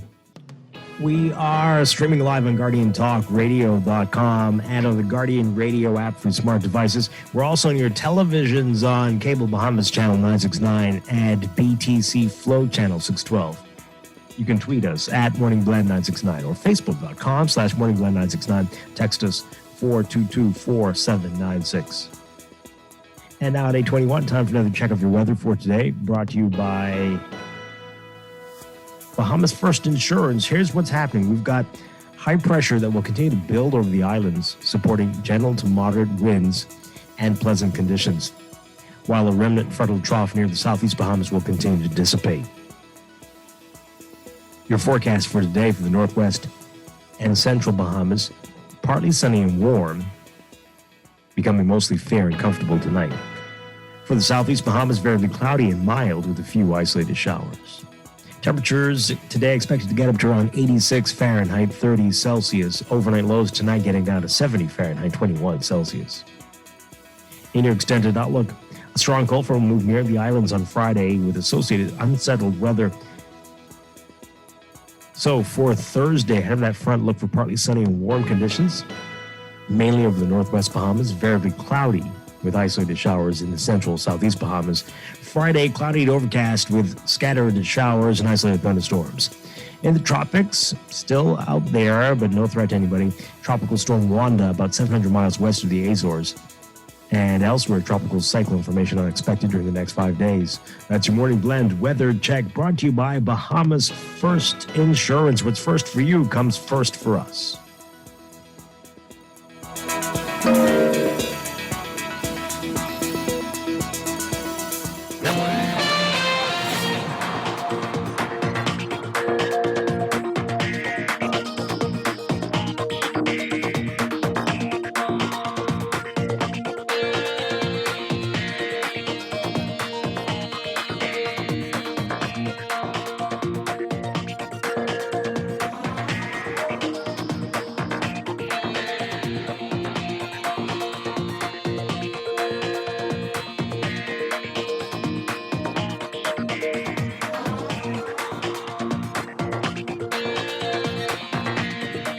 And at 8:24, time for the check of the traffic for this morning.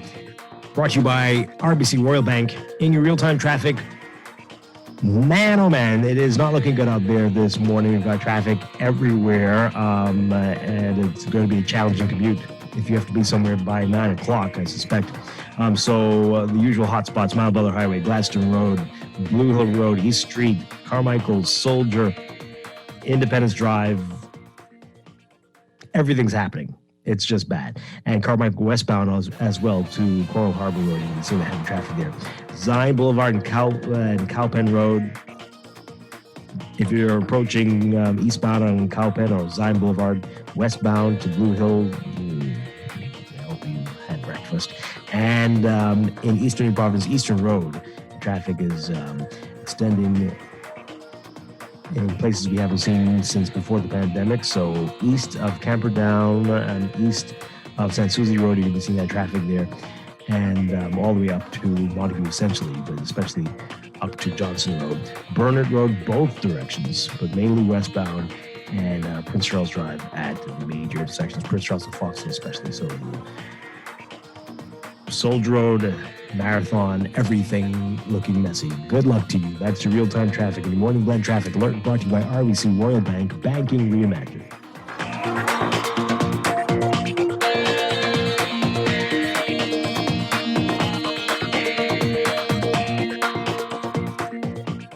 This is Guardian Radio, your station for up-to-the-minute news, intelligent, interactive, and engaging conversation. 96.9 FM.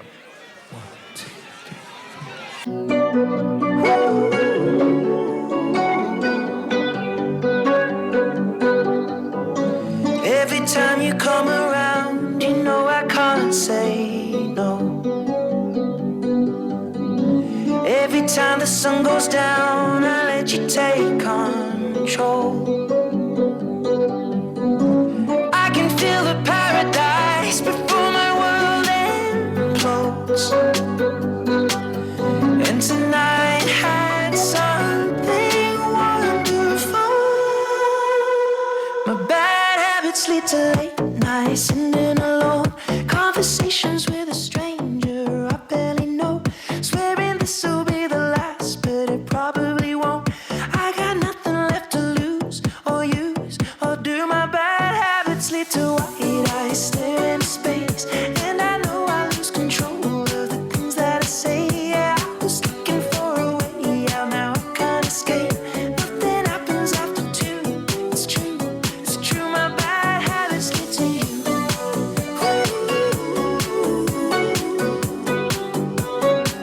My bad habits lead to you. We are back here with Morning Blend on Guardian Radio 96.9. Dwight Strachan, along with Chester Robards. Chester's asking what the song is. Oh, you gotta out me like that. Jeez. Yeah. This is Ed Sheeran, Bad Habits. Is that Ed Sheeran? It is. It's been a top 10 hit for weeks on Billboard 100. Oh, I don't pay attention to those things. Oh, okay. But it's also a cool song. The things are still on my top 100 from back in the 80s. Well, I hear that. And the 70s. 70s and 80s, yeah. Yeah. All right. So we are talking about what's in the news, getting a reaction to the Prime Minister's speech yesterday. As we said earlier, it was such a good speech that Bloomberg.com has named it Quote of the Day. One of the lines that he said. If you missed it, I'll read it to you again. This line got Quote of the Day. We cannot outrun your carbon emissions. We cannot outrun the hurricanes, which are becoming more powerful. And we cannot outrun our sea levels as our islands disappear. Philip E. Davis, Prime Minister of the Bahamas. That's what Bloomberg picked as Quote of the Day. Getting a reaction to it and whether we are doing enough here, practicing what we're preaching to these other big countries there. And if the Bahamians are on board, are we getting it? Are we getting it that we do need to cut back on some of these things? Remember, there was a lot of protests last year about the plastics, although we survived. We survived it, right? I don't think some people did. No? Some people still complaining. Oh, well. Most of us seem to have adapted. And there was a whole show on paper straws. Good. People who were against them? Someone was losing his mind. They are horrible, though. They are horrible. My God. Wow. And don't leave it in the drink and then walk away for a couple hours. Will it still be there? I liked the idea of having your own straw. Yes.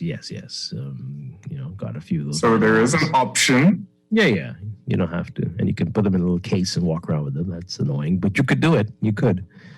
You could also put your lips on the edge of the cup. What? How dare you?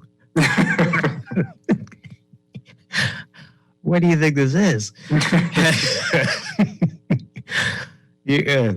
Oh boy. Anyway, yeah. So that's what we were talking about, getting a reaction to all of this, and we've gone into many different things. About vehicles here and what needs to be done, and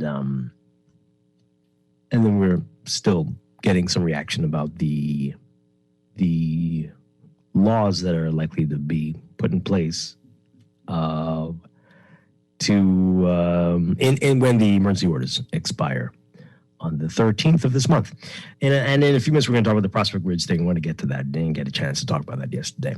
All right, so let's take this call. You can call in as well. 323-6232, 325-4316, 325-4259. Tweet us, Facebook us, text us, 422-4796. This isn't real. Edible straws? Is that a thing? Yeah, man, they got edible spoons, forks. What do they taste like? I don't know. I ain't trying to eat it. Edible straws. What if you eat it before you finish your drink? What if it tastes so good? Hey. Can I have another straw? Sure. Yeah, I know. Okay, let's take this call. Good morning, call. You're on the air. Good morning, Don. Good morning, Dwight. How are you? Oh, yeah, Dwight and Chester today. Yeah, Chester today. Okay, all right. Hey, man, I am just flabbergasted. I am honored. Inner city dweller, but I'm now walking on Soldier Road coming from work. And to hear my Prime Minister in his finest hour speak about our world and our country, it lifts me a little bit higher, you know? Yeah, I'm still in the same position that I'm in before the general election, but it is just that my view has changed about life. He has given me that hope, you know, that he can fix some stuff. And, well, talking about it first and then going after it, it matters to me, you know? And, you know something, Dwight? One and Glenn always brings it on, you know? And I appreciate that. If you can play that speech again, I'll slowly walk home. Yeah. But let me ask you something. I mean, it was a great speech, and we have to hand it to him, and he delivered it very well. The speechwriter deserves an award. But, I mean, you know, it is just a speech, though. It is, yes, it is. talk. And how are we going to ensure that... Again, he's asking for the countries. Right. Talk turns to action. It's hard to get those big countries to act. But again, what about us? What are we doing here? And what is he going to propose for us to be a part of the way forward to save the planet? We are members of the Organization of American States. We are members of CARICOM. And we are members of the United Nations. They would come to us and ask us for their vote. When they come to us and ask us for our vote, then we put what we need for our region on the table.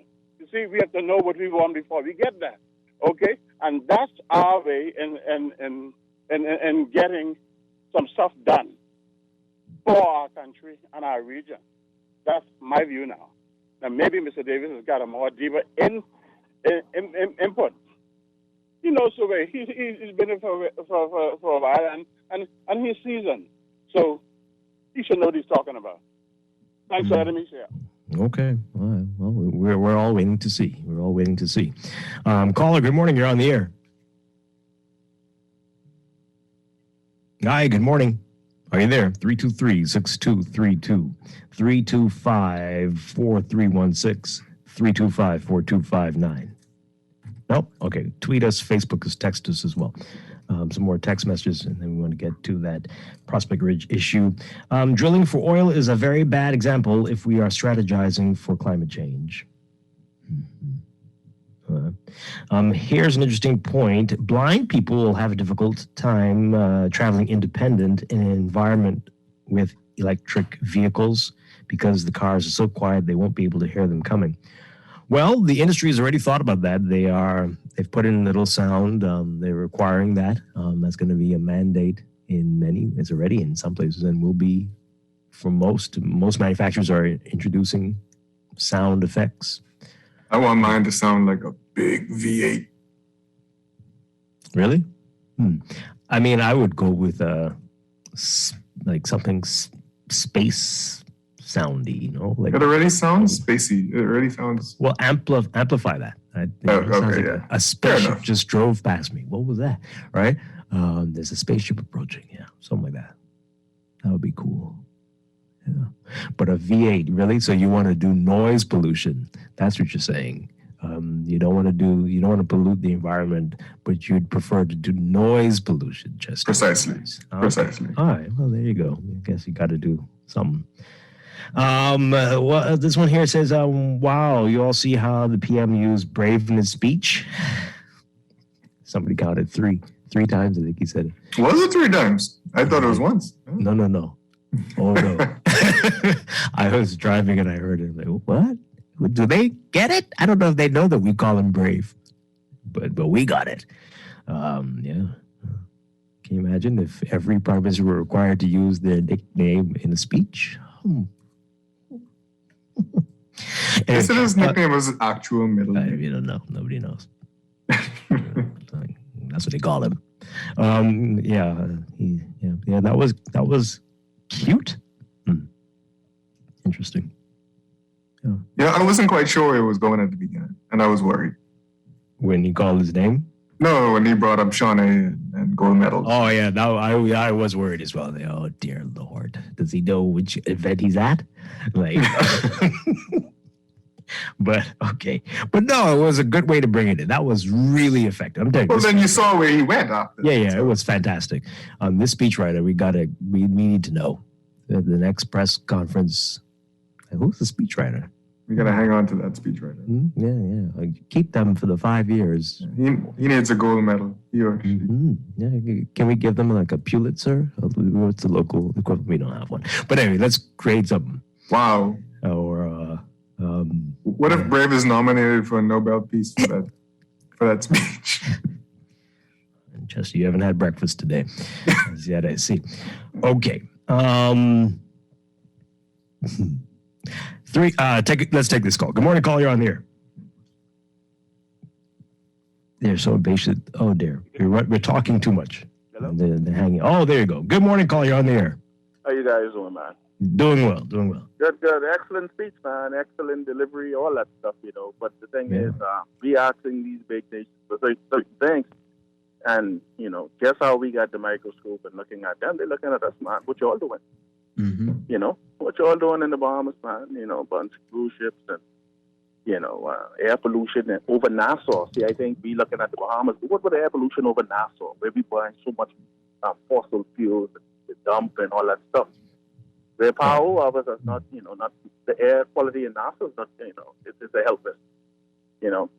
I think it says a lot about what we're doing here in our country for our citizens, and then we could look elsewhere and say, hey, you got to protect this. Are we protecting our citizens? With the air we breathe and our marine resources and stuff. You drive around this country, it's not the cleanliest place. The cars we allow in. Look at the traffic. What are we doing here? We could talk about all about the what other nations supposed to do, but are we setting the example? Are we showing good faith? We can't even get solar power, man. Let's be honest with the conversation. I mean, you can, and some of those things you mentioned aren't happening anymore. The dump fires, people are doing it. It's not easy, but it's happening. Yeah, but legislation, in House of Parliament, the past, even our environmental laws, man, are not up to par to talk about us being serious. Come on, man. We live in a part of the region where you go outside right now, the sun is shining, and the homes are not. We're not even a percentage of a good percentage of homes being solar powered, but yet we delivering some great speeches. We ain't serious, man. We ain't. All right. Well, what are you doing specifically? Have you made the shift in your life? No, is he gone? Okay. Yeah. Well, we definitely need some changes, right? And we do need the government to help to make this easier. But we do need the people to really want it as well. And that's very important. And they will get it. As I keep saying, they're going to get it if we really, really want it. But I don't know. Gas prices go down and people back in their giant SUV again. See, Justin said he wants his electric to sound like a V8, but plenty people still want a V8. Yeah, it's just something about it. It's wonderful, but I'm dying in my V6. It's killing me. It's killing me. So what are you doing in V8s? And there's some people are in with V12s. Like, what's happening? Anyway, I don't know. Okay, let's take this call. Good morning, call. You're on the air. Yes, sir. Good morning to all. Hi, good morning. Yes, you know the saying, sticks and stones can break our bones. Actions can hurt us. In other words, you know, that's on a paper, you know. And you know, what is the words about? You know, that the issue with climate change and that the world is facing is how do we pay for it? You know, and the only way to pay for it is through taxes. You see?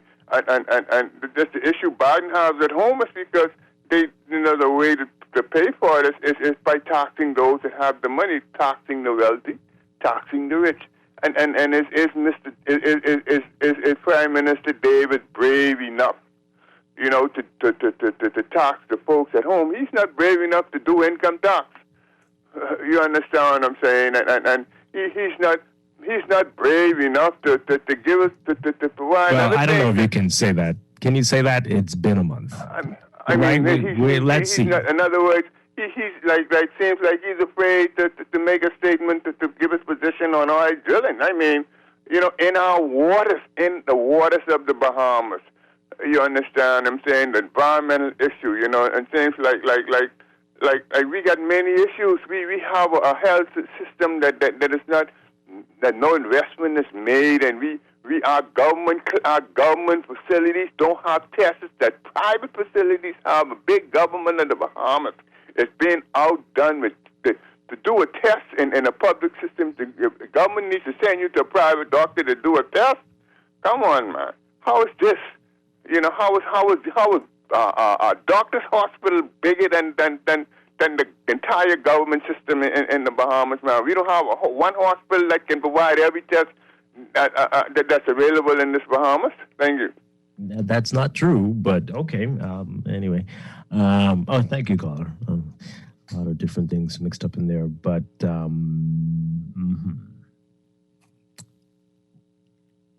you got a problem with the private sector. I don't know. Okay, I mean, government. Everybody can't work for the government. I know what you're saying, but everybody can't work for the government, and everybody can't depend on the government for everything. And we shouldn't. We need them to be involved in much less than they are involved in right now. But let's take this call. Good morning, call. You're on the air. Hey, good morning, Dwight and Justin. How y'all doing? Hi. Good morning. Morning. Okay, and good morning to the nation. I'm tuning in a little late, but I caught a good bit of the conversation. And the last two callers, do they recognize what your topic is, Dwight? Because I didn't hear you reminding them either, because the last two callers were completely off topic. That's fine. But yeah, what do you want to add to this discussion?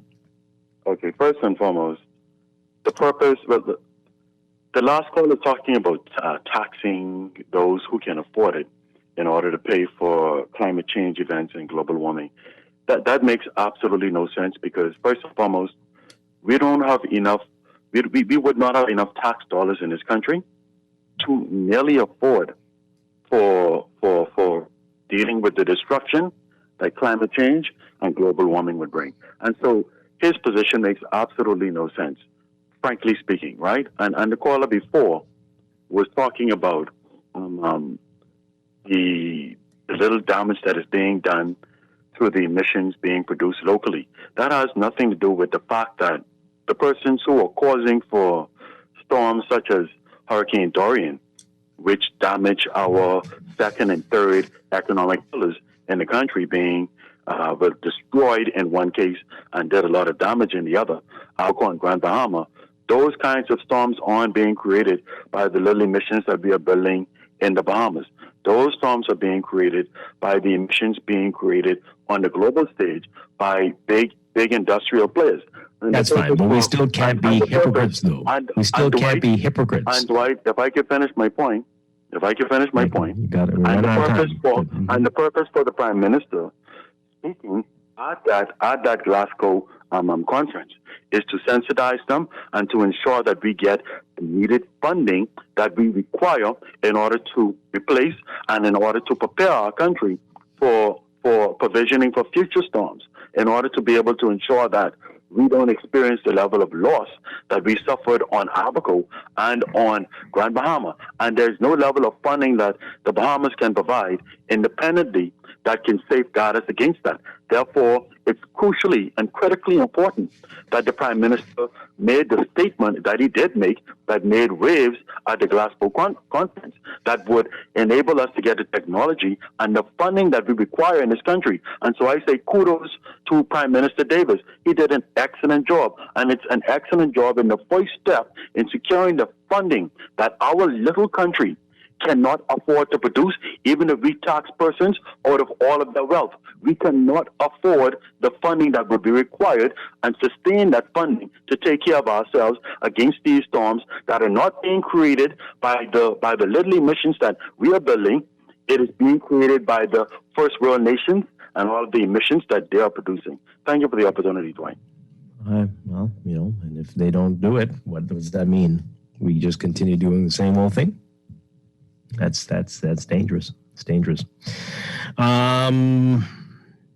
So I think everybody's got a point, right? Everybody's got a point. Let's take this call. Good morning. You're on the air. Hi. Good morning. Are you there? I hear something. Darren something. Okay. Let's get to this really quickly. This was on Monday in the House. The Prospect Ridge development is, just in flux. Nobody knows what's going on here. There's so much confusion.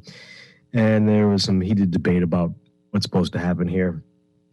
I did proclaim that we weren't gonna, but this is important. So take a listen to this. This is a report from our Jillian Gray. Surrounding the Prospect Ridge development, the former prime minister sought to set the record straight as he defended the work that was done for the community. The cost of the property should, not as was stated by the minister responsible, increase. The cost should decrease. Minister slammed current housing minister Jobek Colby Davis for saying the cost of the Prospect Ridge development may be higher once a proper study is done. Defending the advertised price, Dr. Minnis says it was based on how much infrastructure would cost. The infrastructure, which is the government's responsibility, I totally agree with you, is $16 million. If we were to divide the 300 lots into the $16 million, then the property value is $53,000. If you want to help young people, $53,000. We made a determination that should be $40,000 and $50,000. From a land ownership dispute to a topography study that needs to be done, the new housing minister said the project was plagued by a number of missteps. Minnis, however, insisted the project was properly done. They had ownership to a portion which did not compromise the 83 acres. The Department of Environmental Planning and Protection completed its first review of the EIA and requested that it be augmented with topography and other studies. The committee carried out the bidding procurement process to engage service providers to carry out the infrastructural and architectural drawings for the community based on the conceptual sketch and other specified criteria. Despite Minnis's explanation, Colby Davis stood her ground. Done properly and by the book. And there is a process and there is a step-by-step procedure that is required to be done in order for subdivisions to be processed and issued out for persons to buy in and be a part of whatever the project is. And that was not done. He said there was a EIA presented and reviewed, but they requested a topography. So how in the world can you say you have a confirmed amount for infrastructure when you do not have a completed topography and no master plan, and you were using a Google photo?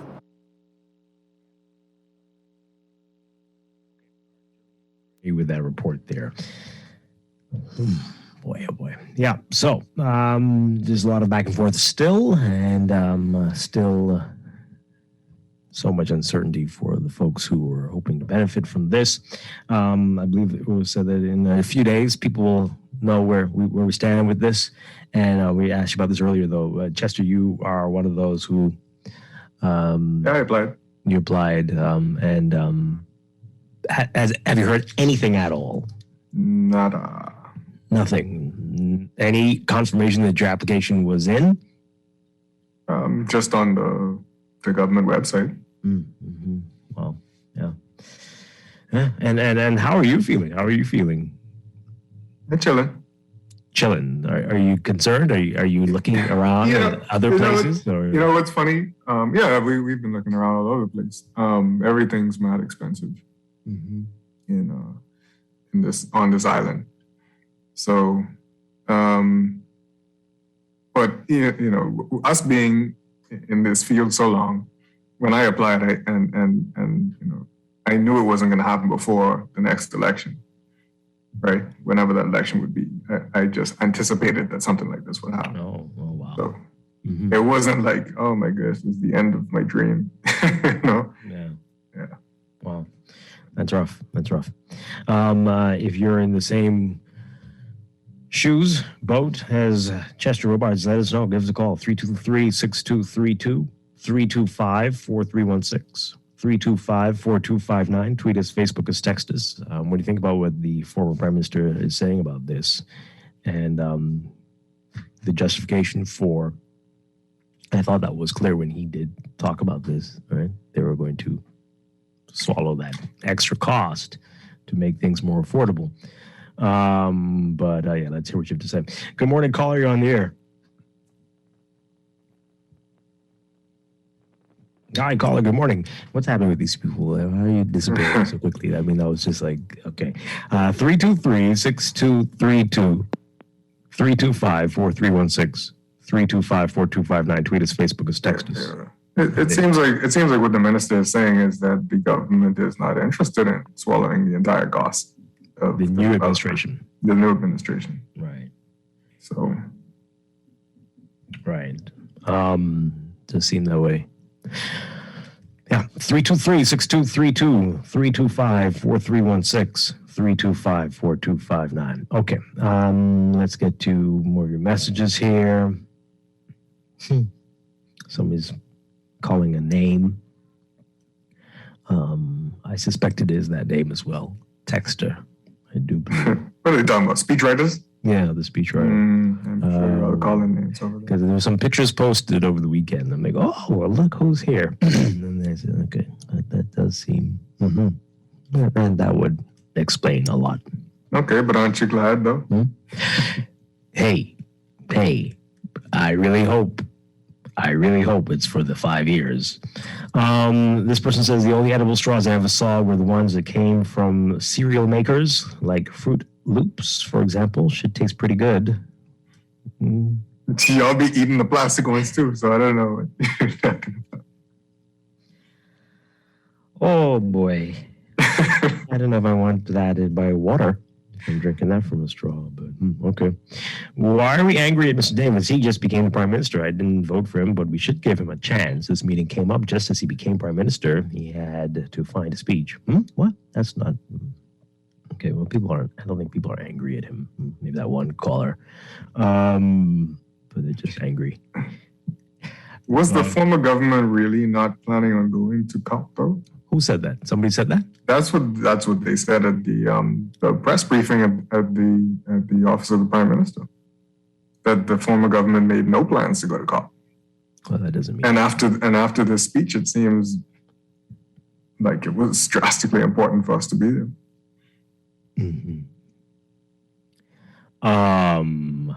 I think they kind of wing things, so I suspect they were going to go. Very last minute. People are saying no plans. I don't know. I mean, they would have scrapped that together, probably, and told people, you got to go. Like, what? I don't even have anything prepared. Oh, well, write it on the plate. Well, we realized that there were some people who weren't prepared anyway. Let's take this call. Good morning, call. You're on the air. Good morning. Hi. Yeah, the former Prime Minister talking about the stupidness. You can talk about they get eat the cost, like that's his personal money, but he eats the cost. That's my money. That's my the future children money. So what stupidness he talking about with the restaurants and stuff? That's for the set who has the money for the Coney friends and lovers. David payment can't get that. So I don't know what he's talking stupidness, but absorb the cost to make the price go for them. You use my money to give your friends and lovers, children, piece of property? Hell no. I'm glad and good riddance be gone and need to stay gone. Okay. Well, the process, it wasn't necessarily going to be like that. It could have been, and we don't know because they didn't talk about it. It could have been, right? It still could have been a transparent process if they'd spoken about it, right? If they'd done what we'd suggested, put all the qualified people in a hat, ball, box, whatever you want to call it, and draw some names, and then there you go. We'll never know now, it seems. Another call. Good morning, call. You're on the air. Okay, this is Dr. Universe, along with you and Chester, Dwight. Hi, good morning. Morning. The problem I have, Dwight, here it is. When government's going to give people rights to cut down our forests to build coal, right? Pine trees. Also going to give license to build on the marine habitat and swamp areas, cutting down the hills. That contributing to not only that, the bunch of ships they're given license to run through this country, the smoke pipes, polluting the atmosphere, the air. And the thing is, when you're going to do things like that, you contributing also, and in a big way. Okay? Okay. All right. Thank you very much. I'm going to the break. I'm going to read a couple messages here. Minister Ferreira, former Minister of Environment Ferreira, and the team recently added over 100 species of protected trees and plants to the protected list. I'm sure plenty of those newly protected species are in that Prospect Ridge acreage, yet no mention of selective tree removal. Okay, pretty sure. Mangroves literally cancel out all our emissions. So buy your V8, Dwight. Oh, you sure about that one? Okay. I still can't bring myself to pay $5 and something for a V8, $5 a gallon for gas, driving a V8. Right. If I'm already doing $50, $60 something a week in a V6, what? No. You know how much I'm paying for gas these days, guys? Woo! Tell us, Chester. I don't know. Did we talk about it on the show? Did you tell everybody that you went electric? That I went electric? Yeah. No, we didn't. And what about your gas prices? What are they? Your electricity bills. What are they looking like? Just like they said, probably up about $40 a month. $40 a month, as opposed to $50, $60 a week. Well, I had a big gas guzzler, so I was paying about $100 a week. Whoa! I used to drive a lot. Yeah, look at that. Well, all right, let's take a break. When we come back, we've got the drawing for the Bahamas COVID vaccination raffle, and then later Morning Blend business. Stay with us. A lot more to come.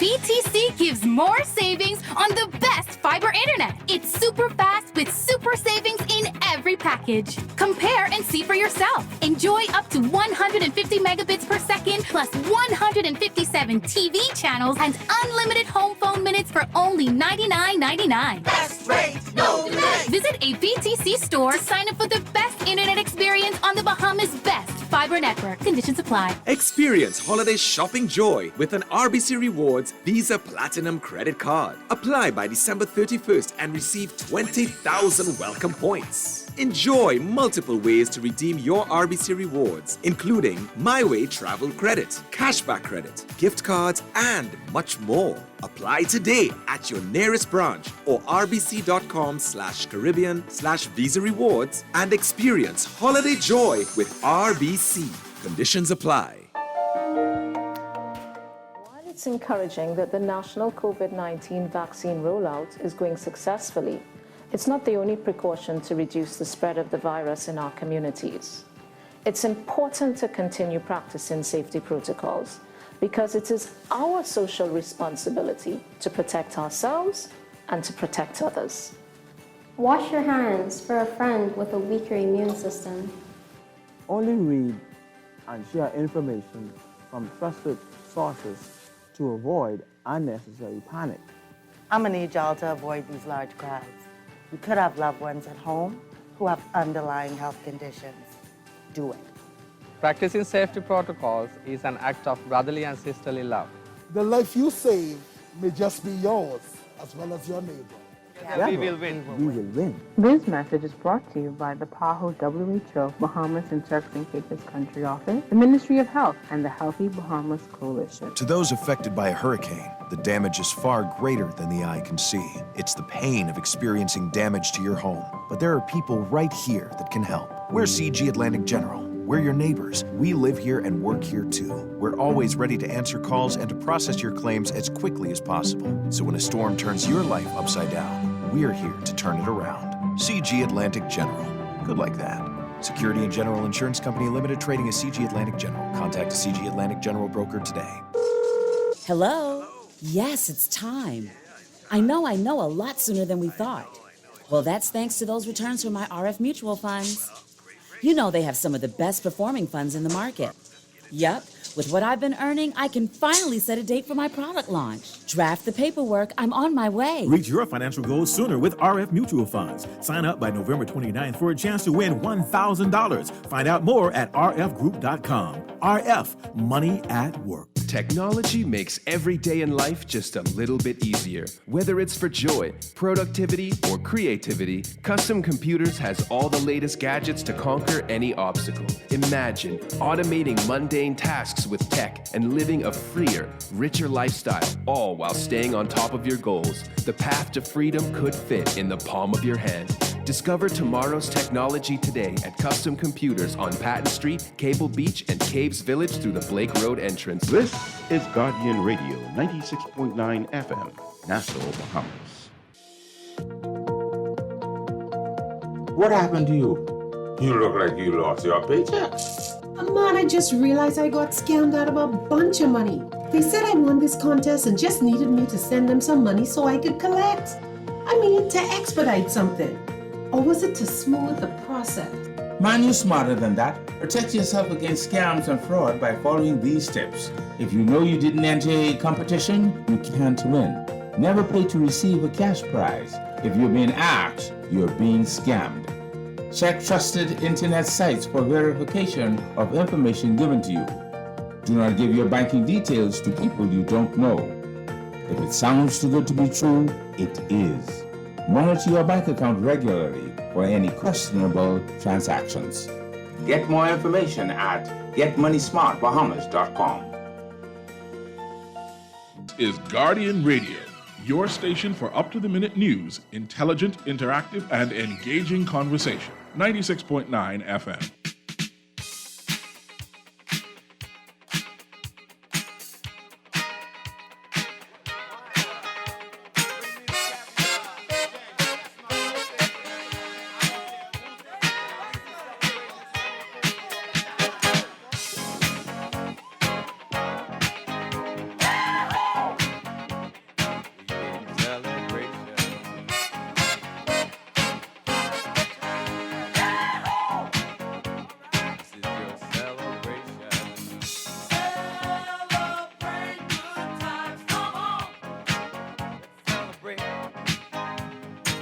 And we are back here. We're about to start Morning Glen business in just a second, but we've got the Bahamas COVID vaccination raffle drawing and 2 great prizes to give away today.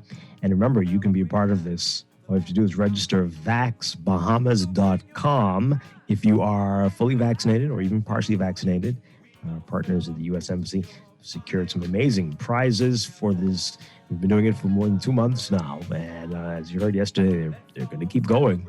Has it been that long? Yeah, we started before the election. Can you imagine? And we're doing every day giving away some prizes.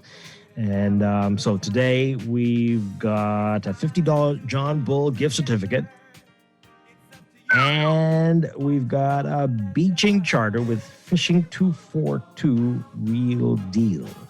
Okay, fun times. Really good. All right, so let's begin with the John Bull gift certificate.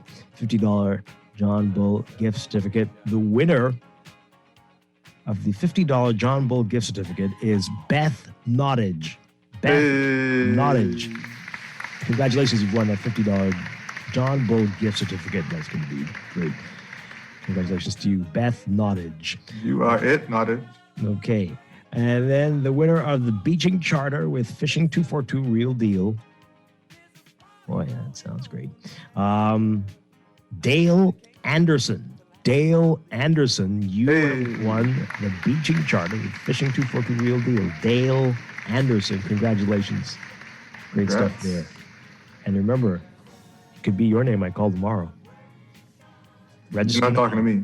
You know what? Not my name. Not my name. VaxBahamas.com. That's it. And we'll have another drawing again tomorrow morning. Bahamas COVID vaccination raffle right here on Morning Blend. Okay, we're going to take a quick break and be back with Morning Blend Business. Talking with Doctors Hospital about their Institute of Learning. Definitely don't want to miss that. That's coming up. Stay with us. Wendy's and Coca-Cola are back with $45,000 worth of upgrades for you. Upgrade your premium lunch combo to a large or purchase a large salad and a Coke product and get your scratch card for a chance to win thousands of prizes instantly. You can win a PlayStation 5, plane tickets with spending money, weekend hotel stays, an iMac, iPads, iPhone 13, tool sets, washer and dryer set, and thousands more prizes. Visit Wendy's Facebook page for more details on the Upgrade My Life promotion. Rules and restrictions apply. Hello? Yes, it's time. I know a lot sooner than we thought. Well, that's thanks to those returns from my RF mutual funds. You know they have some of the best performing funds in the market. Yep, with what I've been earning, I can finally set a date for my product launch. Draft the paperwork, I'm on my way. Reach your financial goals sooner with RF Mutual Funds. Sign up by November 29th for a chance to win $1,000. Find out more at rfgroup.com. RF, money at work. Hurricane season is here. If you're not prepared, it can really turn your life upside down. Fortunately, there's CG Atlantic General. Our people are here, ready to assist at a moment's notice, with protection like alternative accommodation for those who are displaced due to a storm. It's our priority to make sure you have what you need when you need it most. So when your life gets turned upside down, we can help to turn it around. CG Atlantic General. Good like that. Security and General Insurance Company Limited, trading as CG Atlantic General. Contact a CG Atlantic General broker today. Experience holiday shopping joy with an RBC Rewards Visa Platinum credit card. Apply by December 31st and receive 20,000 welcome points. Enjoy multiple ways to redeem your RBC rewards, including My Way Travel Credit, Cashback Credit, gift cards, and much more. Apply today at your nearest branch or rbc.com/Caribbean/Visa Rewards and experience holiday joy with RBC. Conditions apply. We are working to protect our country, our people, and our livelihoods so that we can move forward. The vaccine is safe. The vaccine is easy. The vaccine is essential for our recovery. If we want to rebuild our economy, if we want to get back to our jobs, if we want to get back to our lives, our families, we must do this together. This is Guardian Radio, 96.9 FM. Fresh news, smart talk, all day. The views and opinions of the hosts and guests are their own and do not necessarily reflect the position of the management and staff of Guardian Network. Wake up, it's a new day. Wake up, it's a new day.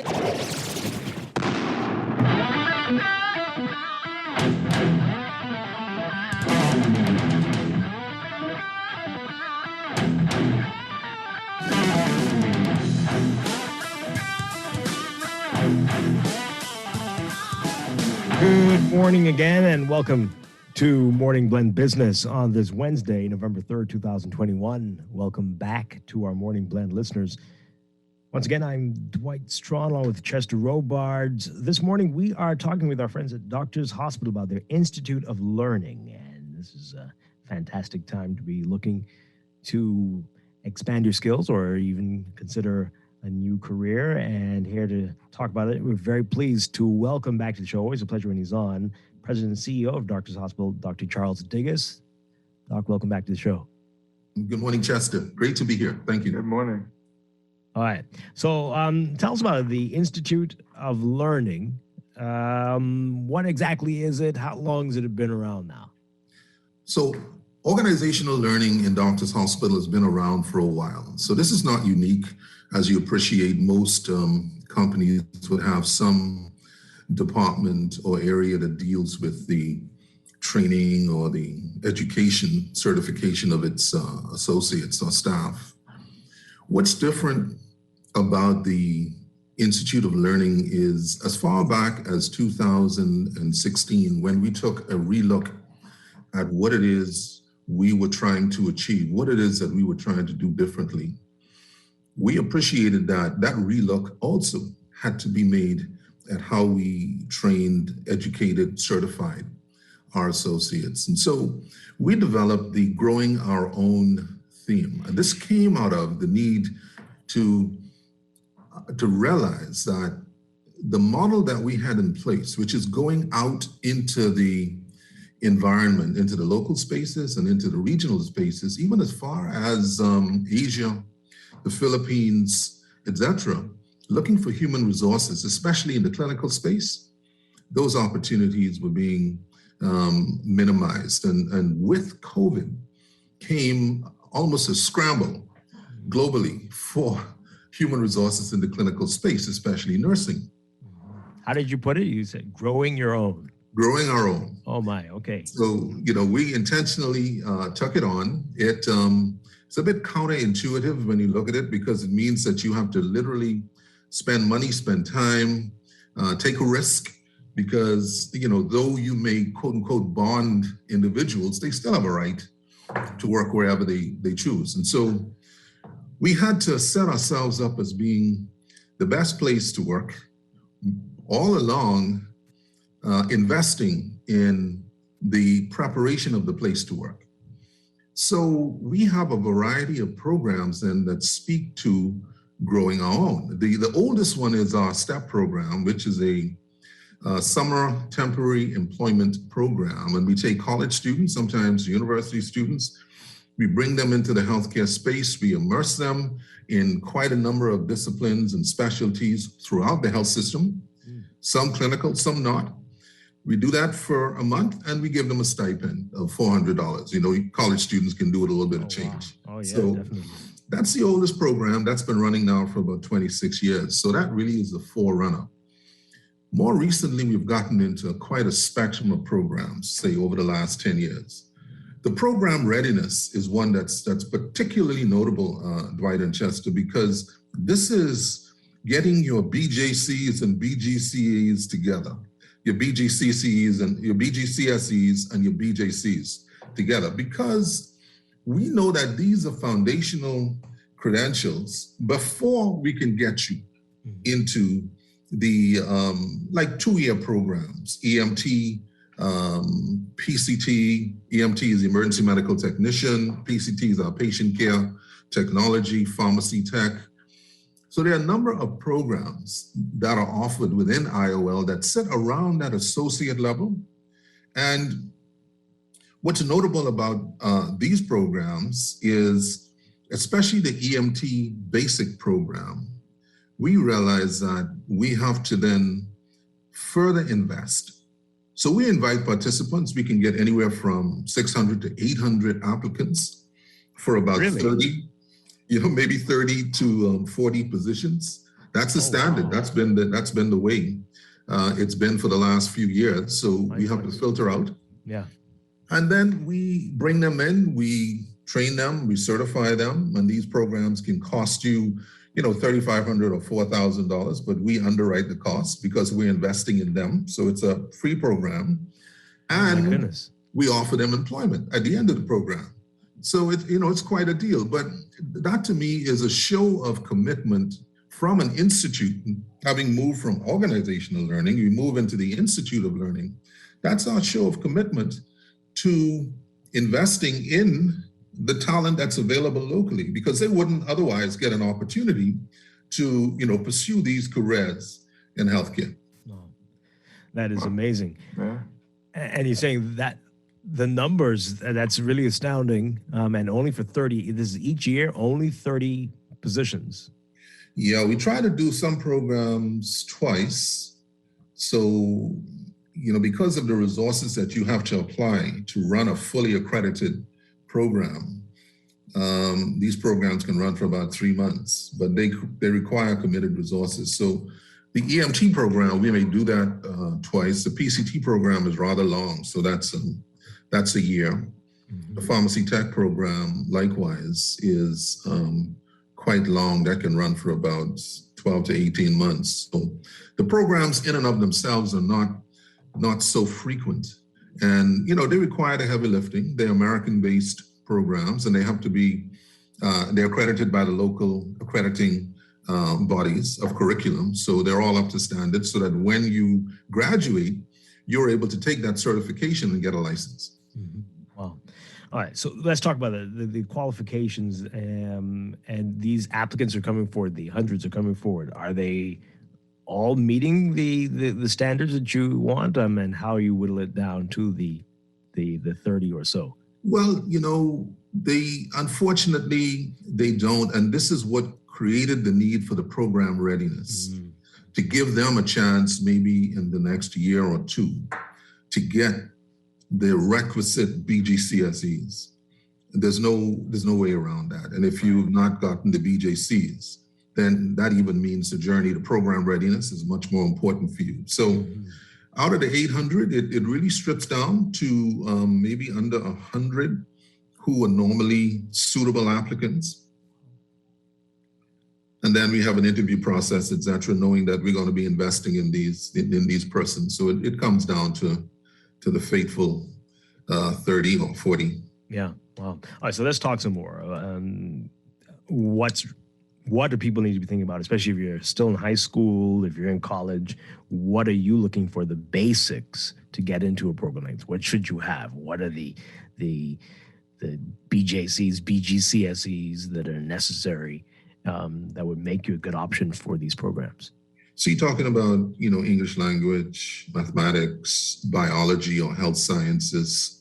Those are the basics. There's some other social studies, some of the arts would help, but the core would be biology, maths, English language. If you get through those, then we can always assist you to get through any other that becomes unique to any particular program. So we start as early as grade 8 with our nursing cadet program. That was a recent launch, and that involved public and private schools for anybody interested in nursing. Nursing is an acute global shortage, and so that's where we had to put our energies. We got about 60 kids who came out last weekend to the launch of the nursing cadet program. And this is a full-on, full-out investment. All they have to do is to show an interest. And we're going to journey with them, hold their hands and encourage them and keep them exposed in the environment and just walk them through all the way to a certified nurse. That's our commitment. Yeah, and you're looking for young men and young women, of course. Yeah, absolutely. Yeah. Absolutely. Mm-hmm. I want to ask this, but I mean, are we serious here with these are great opportunities, and every year you're doing this, but are we getting it? I mean, especially with our high school students, it just seems like so many, and I know it's not all. We feature them all the time, the wonderful ones who are doing well, but so many people just floating through and then just making it so difficult when they get into the job market. What can be done so that folks understand that we have to take this seriously and that this is going to really impact your life going forward? Yeah. Dwight, we see the extremes. On the one hand, we have in the Bridge to the Future program, the BTTF. This is the best of the brightest in grades 10 to 12. And this is where you will be encouraged that the future is in great hands. These are motivated students. They have projects and challenges that they participate in monthly. They do a lot of independent and group activities. So we essentially are coordinating and coaching them through a one-year program in STEM. So they have to then have that interest in not specifically healthcare, but science, technology, engineering, and maths. That would be the interest for these students. And that really that's the signature program. There's no question that the faculty in that program know that that is my child, Bridge to the Future. Wow. Because this is a moment when you get to see the students who are at the pinnacle making decisions to go off to university, and the projects, the quality of projects that they produce, it is so impressive. Mm-hmm. So that on the one hand is very, very encouraging, very heartening. On the other hand, your concerns, come up in the other space where we're providing these opportunities, and you wonder, sometimes you have a really moment. I'll give you an example. Our last cohort of EMT, so having been screened all the way through to making it as a shortlisted 30 out of, like I said, 600 to 800, a program that we extend into the Family Islands. So we intentionally go to Long Island, Exuma, Eleuthera, Albuquerque, Grand Bahama. These are our partner islands right now. Trying to find individuals who would be interested. They need to take care of accommodation in New Providence when they have to come, because most of the program is virtual. But we try to reach out because we know that our services will be in those islands, and we need to basically invest in persons in those islands. So you look at that cohort, and it was almost incredulous when I was told 5 of the students may not participate because, they're refusing to be vaccinated. Now, this was one of those moments when you go,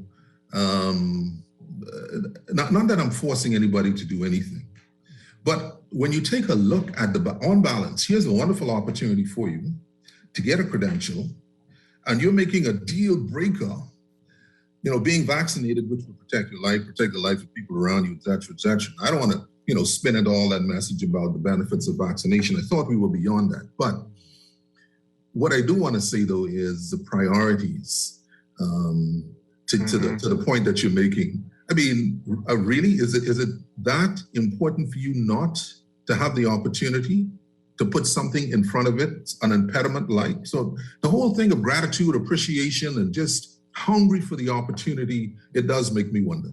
Oh my. All right, so that is a requirement. You do need to be vaccinated to be in the programs? Yeah, that's we're not going to get into that. Yeah. You have to be beyond that. Yeah. All right. Wow. All right. So now let's talk about some of the fields. And last year and into this year has been so challenging. I'm sure many of you have questioned whether you did the right thing getting into these fields. It's been a rough, almost 2 years. But let's talk about that and for whom this is going to be right. I mean, I think you have to be in a certain headspace to be able to tackle what you all have had to face in the medical field since the pandemic started. Let's get into that. My observation is that if you care about people, then challenges like COVID cause you to step up to the plate more than anything else. And we haven't had any attrition as far as I think this is a bit too much for me and I'm going to drop out. Nothing notable at all. We've had fatigue, and we've had to have people in quarantine because of their becoming COVID positive. But this is the time, and this is probably what's unique about the DNA of people interested in healthcare, interested in caring. Mm-hmm. Baked into their genes is the fundamental need to help. These are the folks who run into the burning building type. And in this case, a metaphor for running into illness and injury treatment. Yeah. So this is to me just a wonderful reminder when you look at how the front line, especially the respiratory therapists who have to deal with the management of the airway, where you're talking about that whole risk of particles with COVID floating in the air. And that the risk that they can contract, despite the fact that they have on, the highest level of PPEs, but they go into the fire and they do this continually from patient to patient on an 8 or 12-hour shift. And I make a note of the respiratory therapists because these are the ones who are frequently bypassed. You look at the others, the physicians, yes, the nurses, yes. But you also have persons in healthcare who deal with environmental services. That's a high-risk group. They have to clean the room. They have to come in and deal with the body fluids of individuals who have COVID, and sometimes deal with them post-death,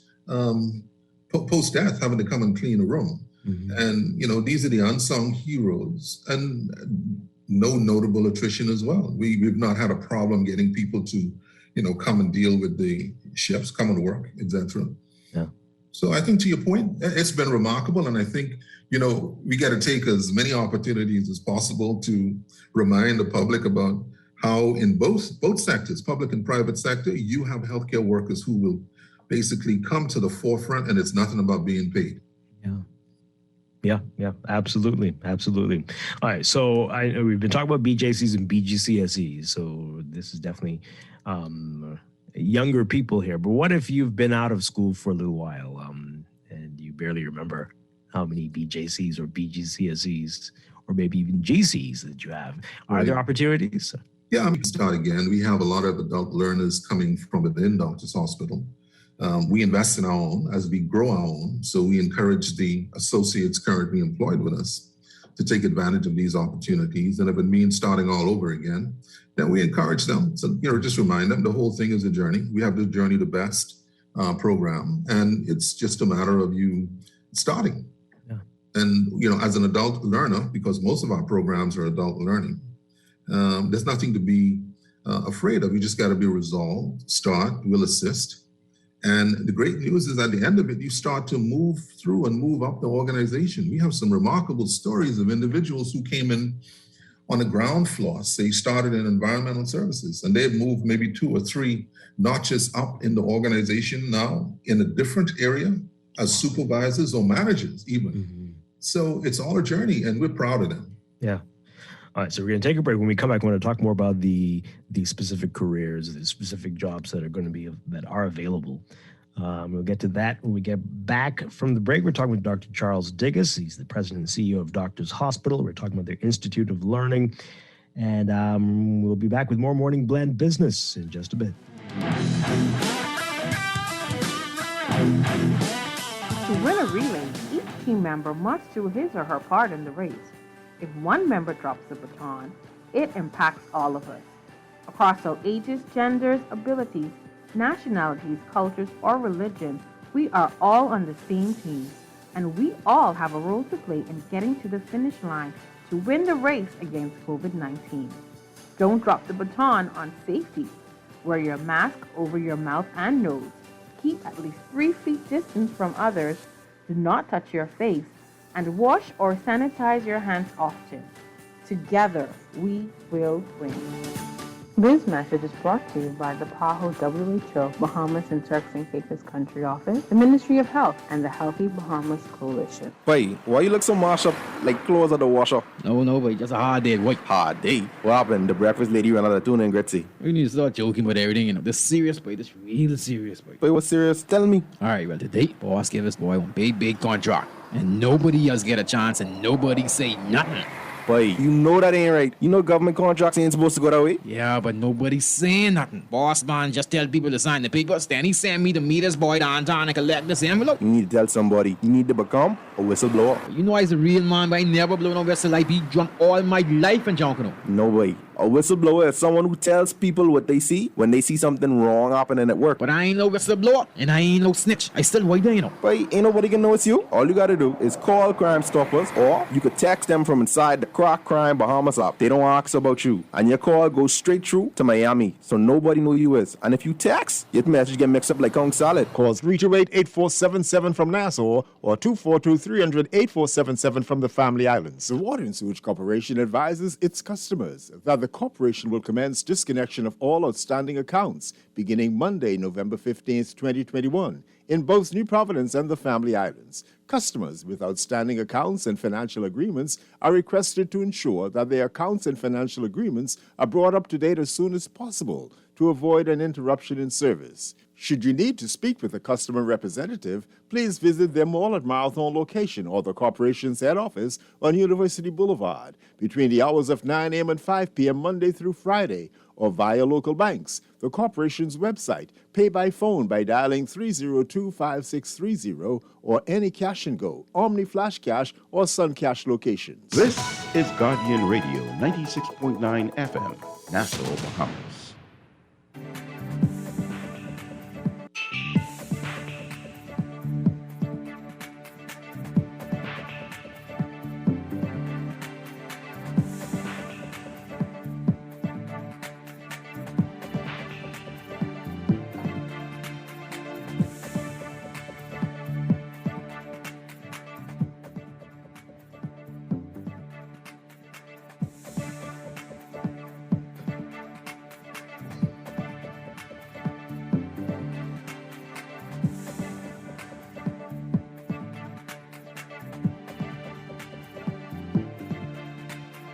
It's time for your morning business report brought to you by CFAL. Deputy Prime Minister, Minister of Tourism, Investments and Aviation, Chester Cooper, says he intends to recommend to Cabinet that value-added tax be levied on vacation home rentals. He's already charged the Hotel Licensing Department with developing the framework to better regulate the booming segment of the tourism sector. It's a policy former Prime Minister Dr. Jimenez also said will be implemented during the 2020-2021 annual budget communication. During the month of September, the Bahamas recorded its highest number of stopover visitors since borders reopened fully, clocking in just under 190,000 visitors, the latest data from Airbnb Analytics. Company Air D&A showing a continued improvement in the vacation rental market in September compared to the same period in 2020. Following unprecedented low levels in 2020, the price of crude oil continued to increase this year, leading to a rise in the price of goods and services across most categories so far this year. That's according to the Central Bank of the Bahamas. During the 12 months to June 2021, the inflation rate moved higher to 0.90% from 0.88% a year earlier. This coincided with a 42.3% increase in crude oil prices to $72.94 per barrel from January to September this year. British Airways will operate 6 flights to Nassau starting this month. Director General of Tourism and Investments and Aviation, George Iberlu, telling Breaking Travel News recently. He explained that this is the first time in the airline's history that it's flying this many flights to the Bahamas. In addition, Frontier Airlines began service from 2 American cities yesterday. Iberlu telling the media company in a video interview that British Airways' decision to operate so many flights to the country means Bahamas' connection to the rest of Europe will expand. Overseas governments and big investors announcing fresh steps today to pour trillions of dollars into curbing global warming, reflecting the financial world's growing embrace of efforts to fight climate change as both a business necessity and opportunity. But some social justice activists are calling for scrutiny of investors' motives, warning that the same financial institutions that profited from funding fossil fuel firms were now being presented as green champions. There's growing consensus that the private sector must be involved if the world is to avoid catastrophic global warming. Speaking at the UN Climate Summit in the city of Glasgow, Britain's Treasury Chief Rishi Sunak saying that while countries such as the UK are providing fresh funds to help poor countries cope with climate change, public investment alone isn't enough. He lauded a pledge today by a group of over 450 major financial institutions to align their investments with the 2050 Paris Climate Accord, which calls for reducing carbon dioxide emissions and other efforts to limit global warming to 1.5 degrees Celsius or 2.7 Fahrenheit above pre-industrial levels. And in your Market Watch, recapping trading on the BISX from Tuesday, your market movers consolidated water unchanged at 227, Emira Incorporated unchanged at 1142, the BISX All-Share Index closing at 2,085.18 unchanged. That's your Market Watch, and that is your morning business report brought to you by CFAL, growing wealth for future generations.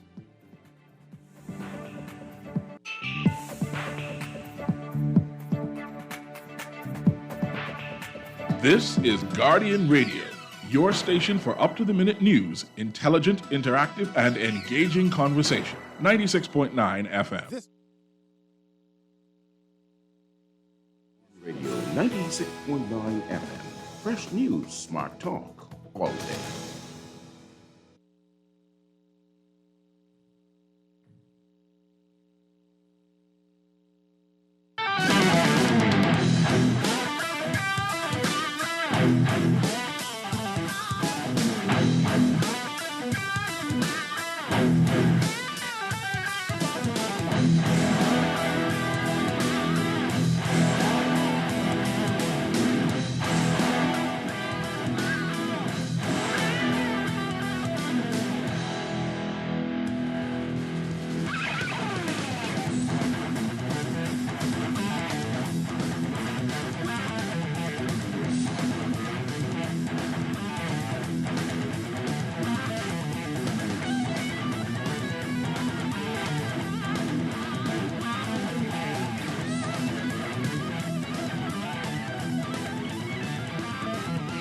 And we are back here with Morning Blend Business on Guardian Radio 96.9. Dwight Strachan along with Chester Robards. We are talking with Doctors Hospital about the Institute of Learning. We've got Dr. Charles Digges, the president and CEO of Doctors Hospital, with us. And now we're joined by the clinical director for continuing medical education, Dr. Alpheus Alec. Dr. Alec, welcome. Great to have you with us. Hi, thank you. Great to be here. All right, so we've been having a great conversation with Dr. Digges so far, and wanted to get into some of the opportunities out there. What are some of the careers that people can look to Doctors Hospital now as options? What are we talking about at this time? So I'll give you a list of the careers and the programs, and I'll let Dr. Alec jump in about the nursing and physicians. Continuing medical education credits and our relationship with the Cleveland Clinic. So the preparation, the program readiness we mentioned, I think that's an important one to remind individuals of, no matter what stage you're at. You can always look at the prerequisite requirements for BJCs and BGCSEs for any one of our programs. The patient care technician program is a notable one that is essentially in that nursing assistant space, and it may well be the platform that so many graduates use to go on into nursing. That program is offered annually at least, and we may have anywhere from a dozen to 20 students annually. The cadet program is the beginning program we mentioned to orientate and get individuals started as students in school, but more notably, we have a nursing internship program. So this is after graduating from the School of Nursing, you can do your internship experience at Doctors Hospital. We have a program in medical assisting. It gives you a credential as a clinical, like a clinical office assistant, and this would mean that you can come into the administrative part of so many of our service lines and programs throughout Doctors Hospital. Every time we locate a facility, we usually need someone in that space who is able to bridge the clinical with the administrative running of the facility. We mentioned the Emergency Medical Technician Basic Certification, and that's a program that we've been running, like I say, for a while. We're probably into that third or fourth cohort now with about 30 students. That program runs about 3 or 4 months. And like I said, following that program, we do offer the employment. We run the Advanced Life Support and Basic Life Support certification. Sometimes the public is interested for a variety of reasons in getting the BLS or the Basic Life Support certification. So that too is available. And we probably run these programs about 4 times annually because these are requirements, especially the Advanced Life Support certifications. These are requirements of most of our frontline workers. They need to be ALS certified. Basically, that means that you're able to participate in a resuscitation or a code of any patient, and you're able to perform at standard. So you appreciate how, because that changes so often, you have to get recertified about every 1 or 2 years. Also in pediatric advanced life support. We have management certifications for our managers. We run a variety of programs, sometimes 4, sometimes 6 months on the principles and practices of management. And with reference to our culture, just improving the way individuals behave in the workspace, we do have our customer service offerings, and I mentioned our Journey to Best. So I think I'll just let Dr. Alec jump in and talk about, okay, what about the physicians and nurses? Hey, Dr. Alec. All right.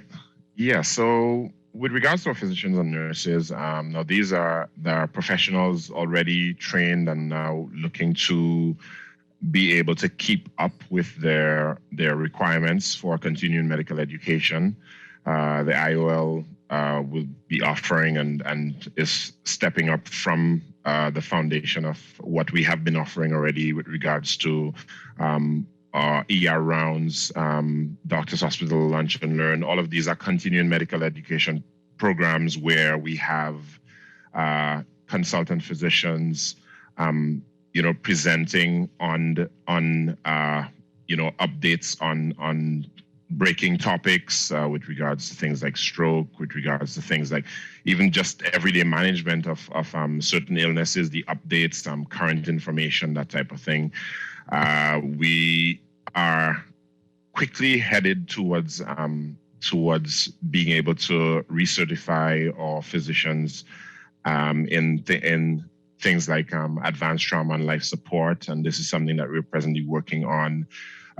We already have an affiliation with Cleveland Clinic, and out of this affiliation has come a number of high quality lectures, which focus also on current happenings, updates in clinical management, cutting edge technology with regards to management of certain illnesses. In fact, 2 days ago we did one on stroke, and that was very well presented.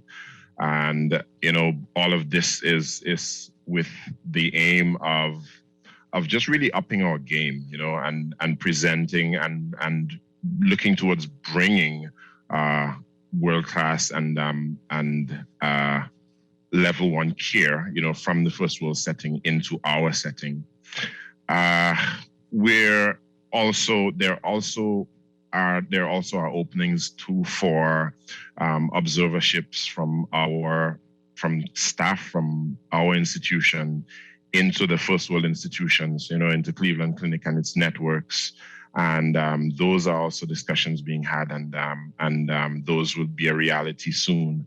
We're not letting the COVID pandemic stop us from that progression, right? The forward progression. So there are a number of things to stay tuned for, and it's a work in progress, and it's quickly growing, and just really having things under one umbrella in an organized fashion. We will be able to realize the true potential of IOL in the next coming months. All right. So it's planning to be big. Yeah, that's excellent. The Doctor's Hospital has a lot going on, things coming on stream, new facilities, etc. Maybe you can talk about how do you need many more people for these things? I know you talked about preparing people for them. And do you have enough people coming online to fill those positions? The short answer, Chest, is yes, we need more people. No, we don't have enough.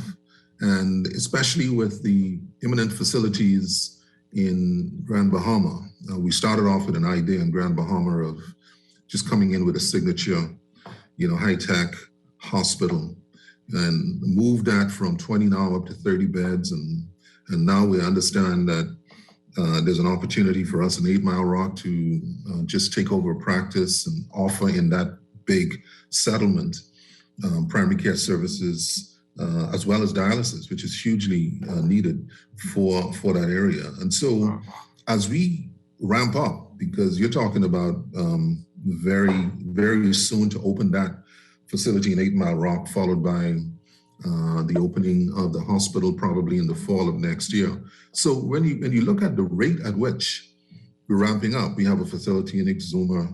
It starts off in that specimen collection space, but it offers obviously the ability for us to move into clinical practice, primary care. That's just a natural segue. So, and the multiple facilities that continue to open in New Providence, a facility on Carmichael Road, again, moving into the specimen collection space, but very quickly seeing that there's a need for us to provide primary care and also specialist consultation. And this is based on our another part of our strategy, which is meeting people where they are.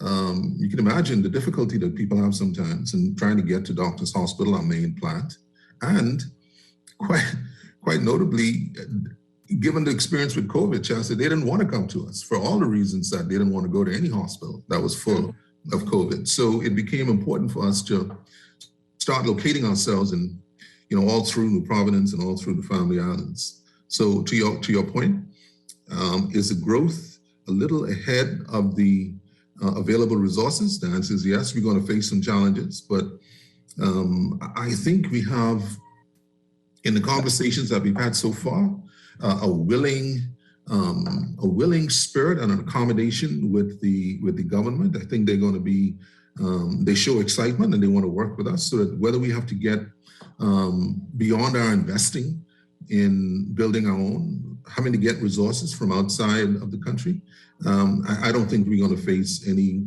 tremendous impediment, because we're bringing healthcare services to Bahamians or people who are in the Bahamas in much needed spaces that the government may at the time not be able to provide. So I think a lot of good is coming together, but we're up to that challenge. We're going to put the facilities in place, and we're going to go and find the resources to run them.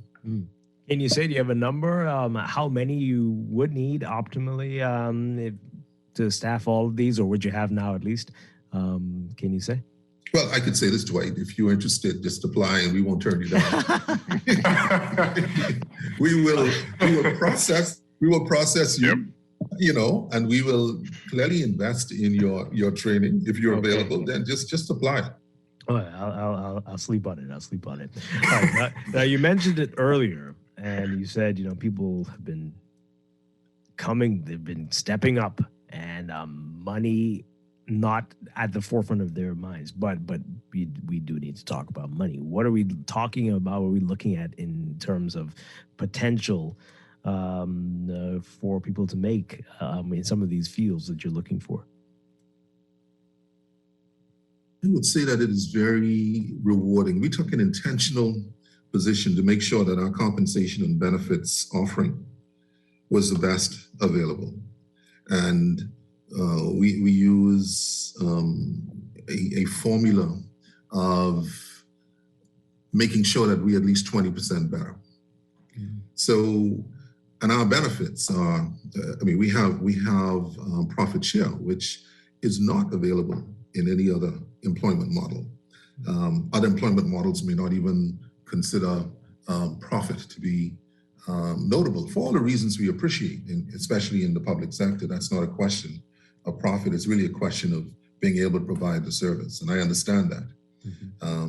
But we look at compensation and benefits pretty seriously, so that people are at least happy and not motivated at all, not incentivized at all to go and seek organized representation so that they can get better comp and ben. They already have it.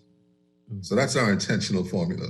And there hasn't been, fortunately, any need for a conversation about organized activity to represent to management and ownership that there's a need for better, because we're in a journey to better, we're in a journey to best, and so this is what we do. We will improve and increase. Now, obviously, when you look at the offerings from the United States in some of the areas like nursing, that becomes impractical. If they're going to offer a nurse $4,000 to $6,000 a week, then that's not a fair fight. And they offer that under certain circumstances. But if you look at where did you say that's happening? That's happening somewhere? That's in the U.S. Yeah. Oh my goodness. Yeah, but that's you have to be able to move at their whim and fancy. Yeah. So they're basically shuffling you around to whatever needs exist wherever.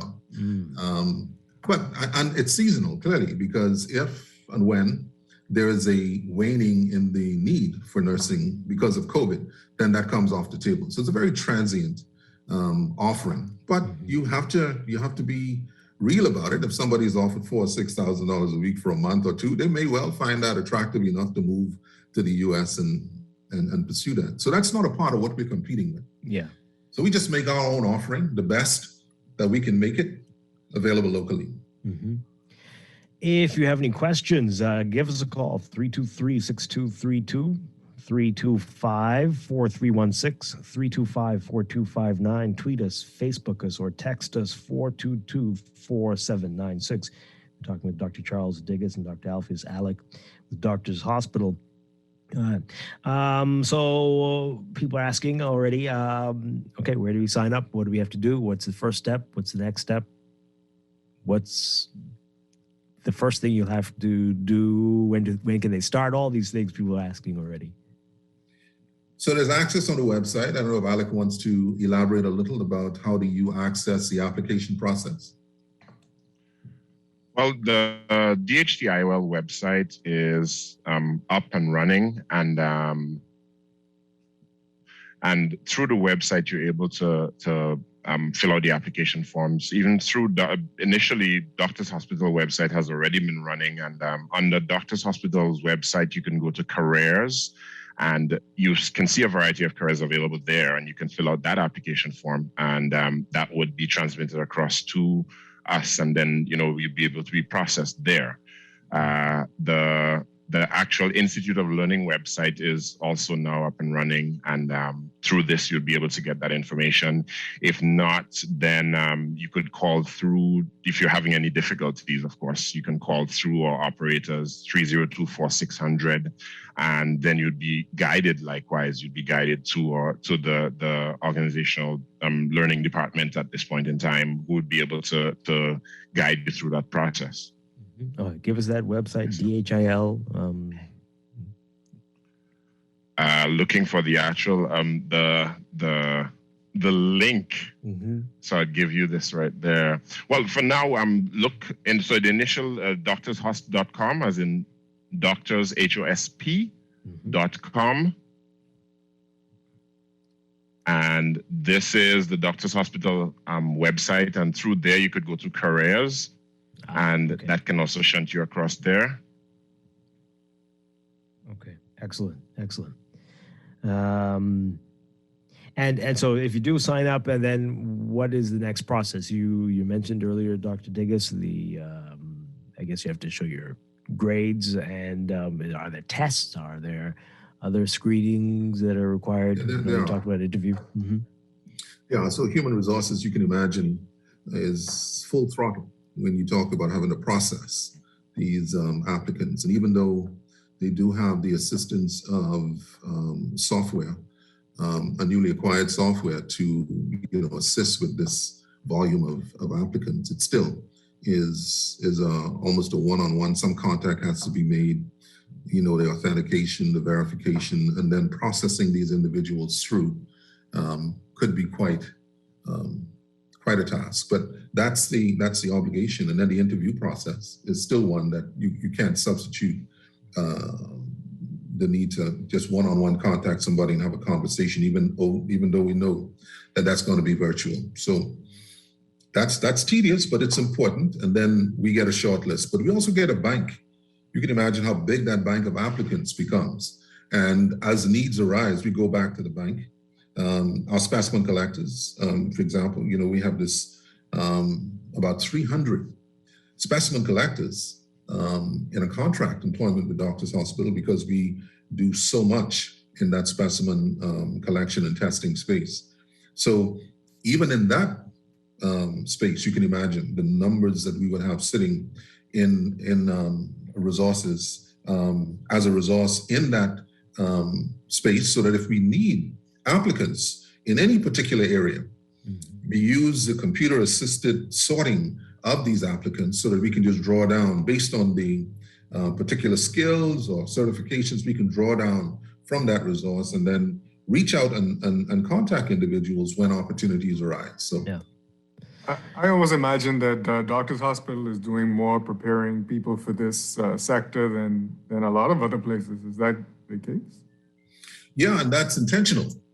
That's intentional because we see, growing our own and investing in our own and associates first as a very, very serious and intentional strategy. We believe that if we have our associates first, that they will, absolutely take care of our patients and take care of our business. You see any poaching going on? Oh, absolutely. We plan for that. I mean, you can't avoid poaching, At the end of the day, I mean, you understand that what you're doing is bigger than just, what we're doing is bigger than just us. At the end of the day, it's beneficial to the community. In fact, at the end of the day, if someone that you trained goes international, all it does is speaks to your credibility even more. So, I mean, this is the way of the world. People move, people grow, people, change geographic locations, and that's just part of the process. So it's something that we embrace and it's something that we work with. And that's not going to stop us from continuing to educate and continuing to improve the quality of our own. Yeah. Great this text here, if you don't have any BJCs, can you still take the tech courses?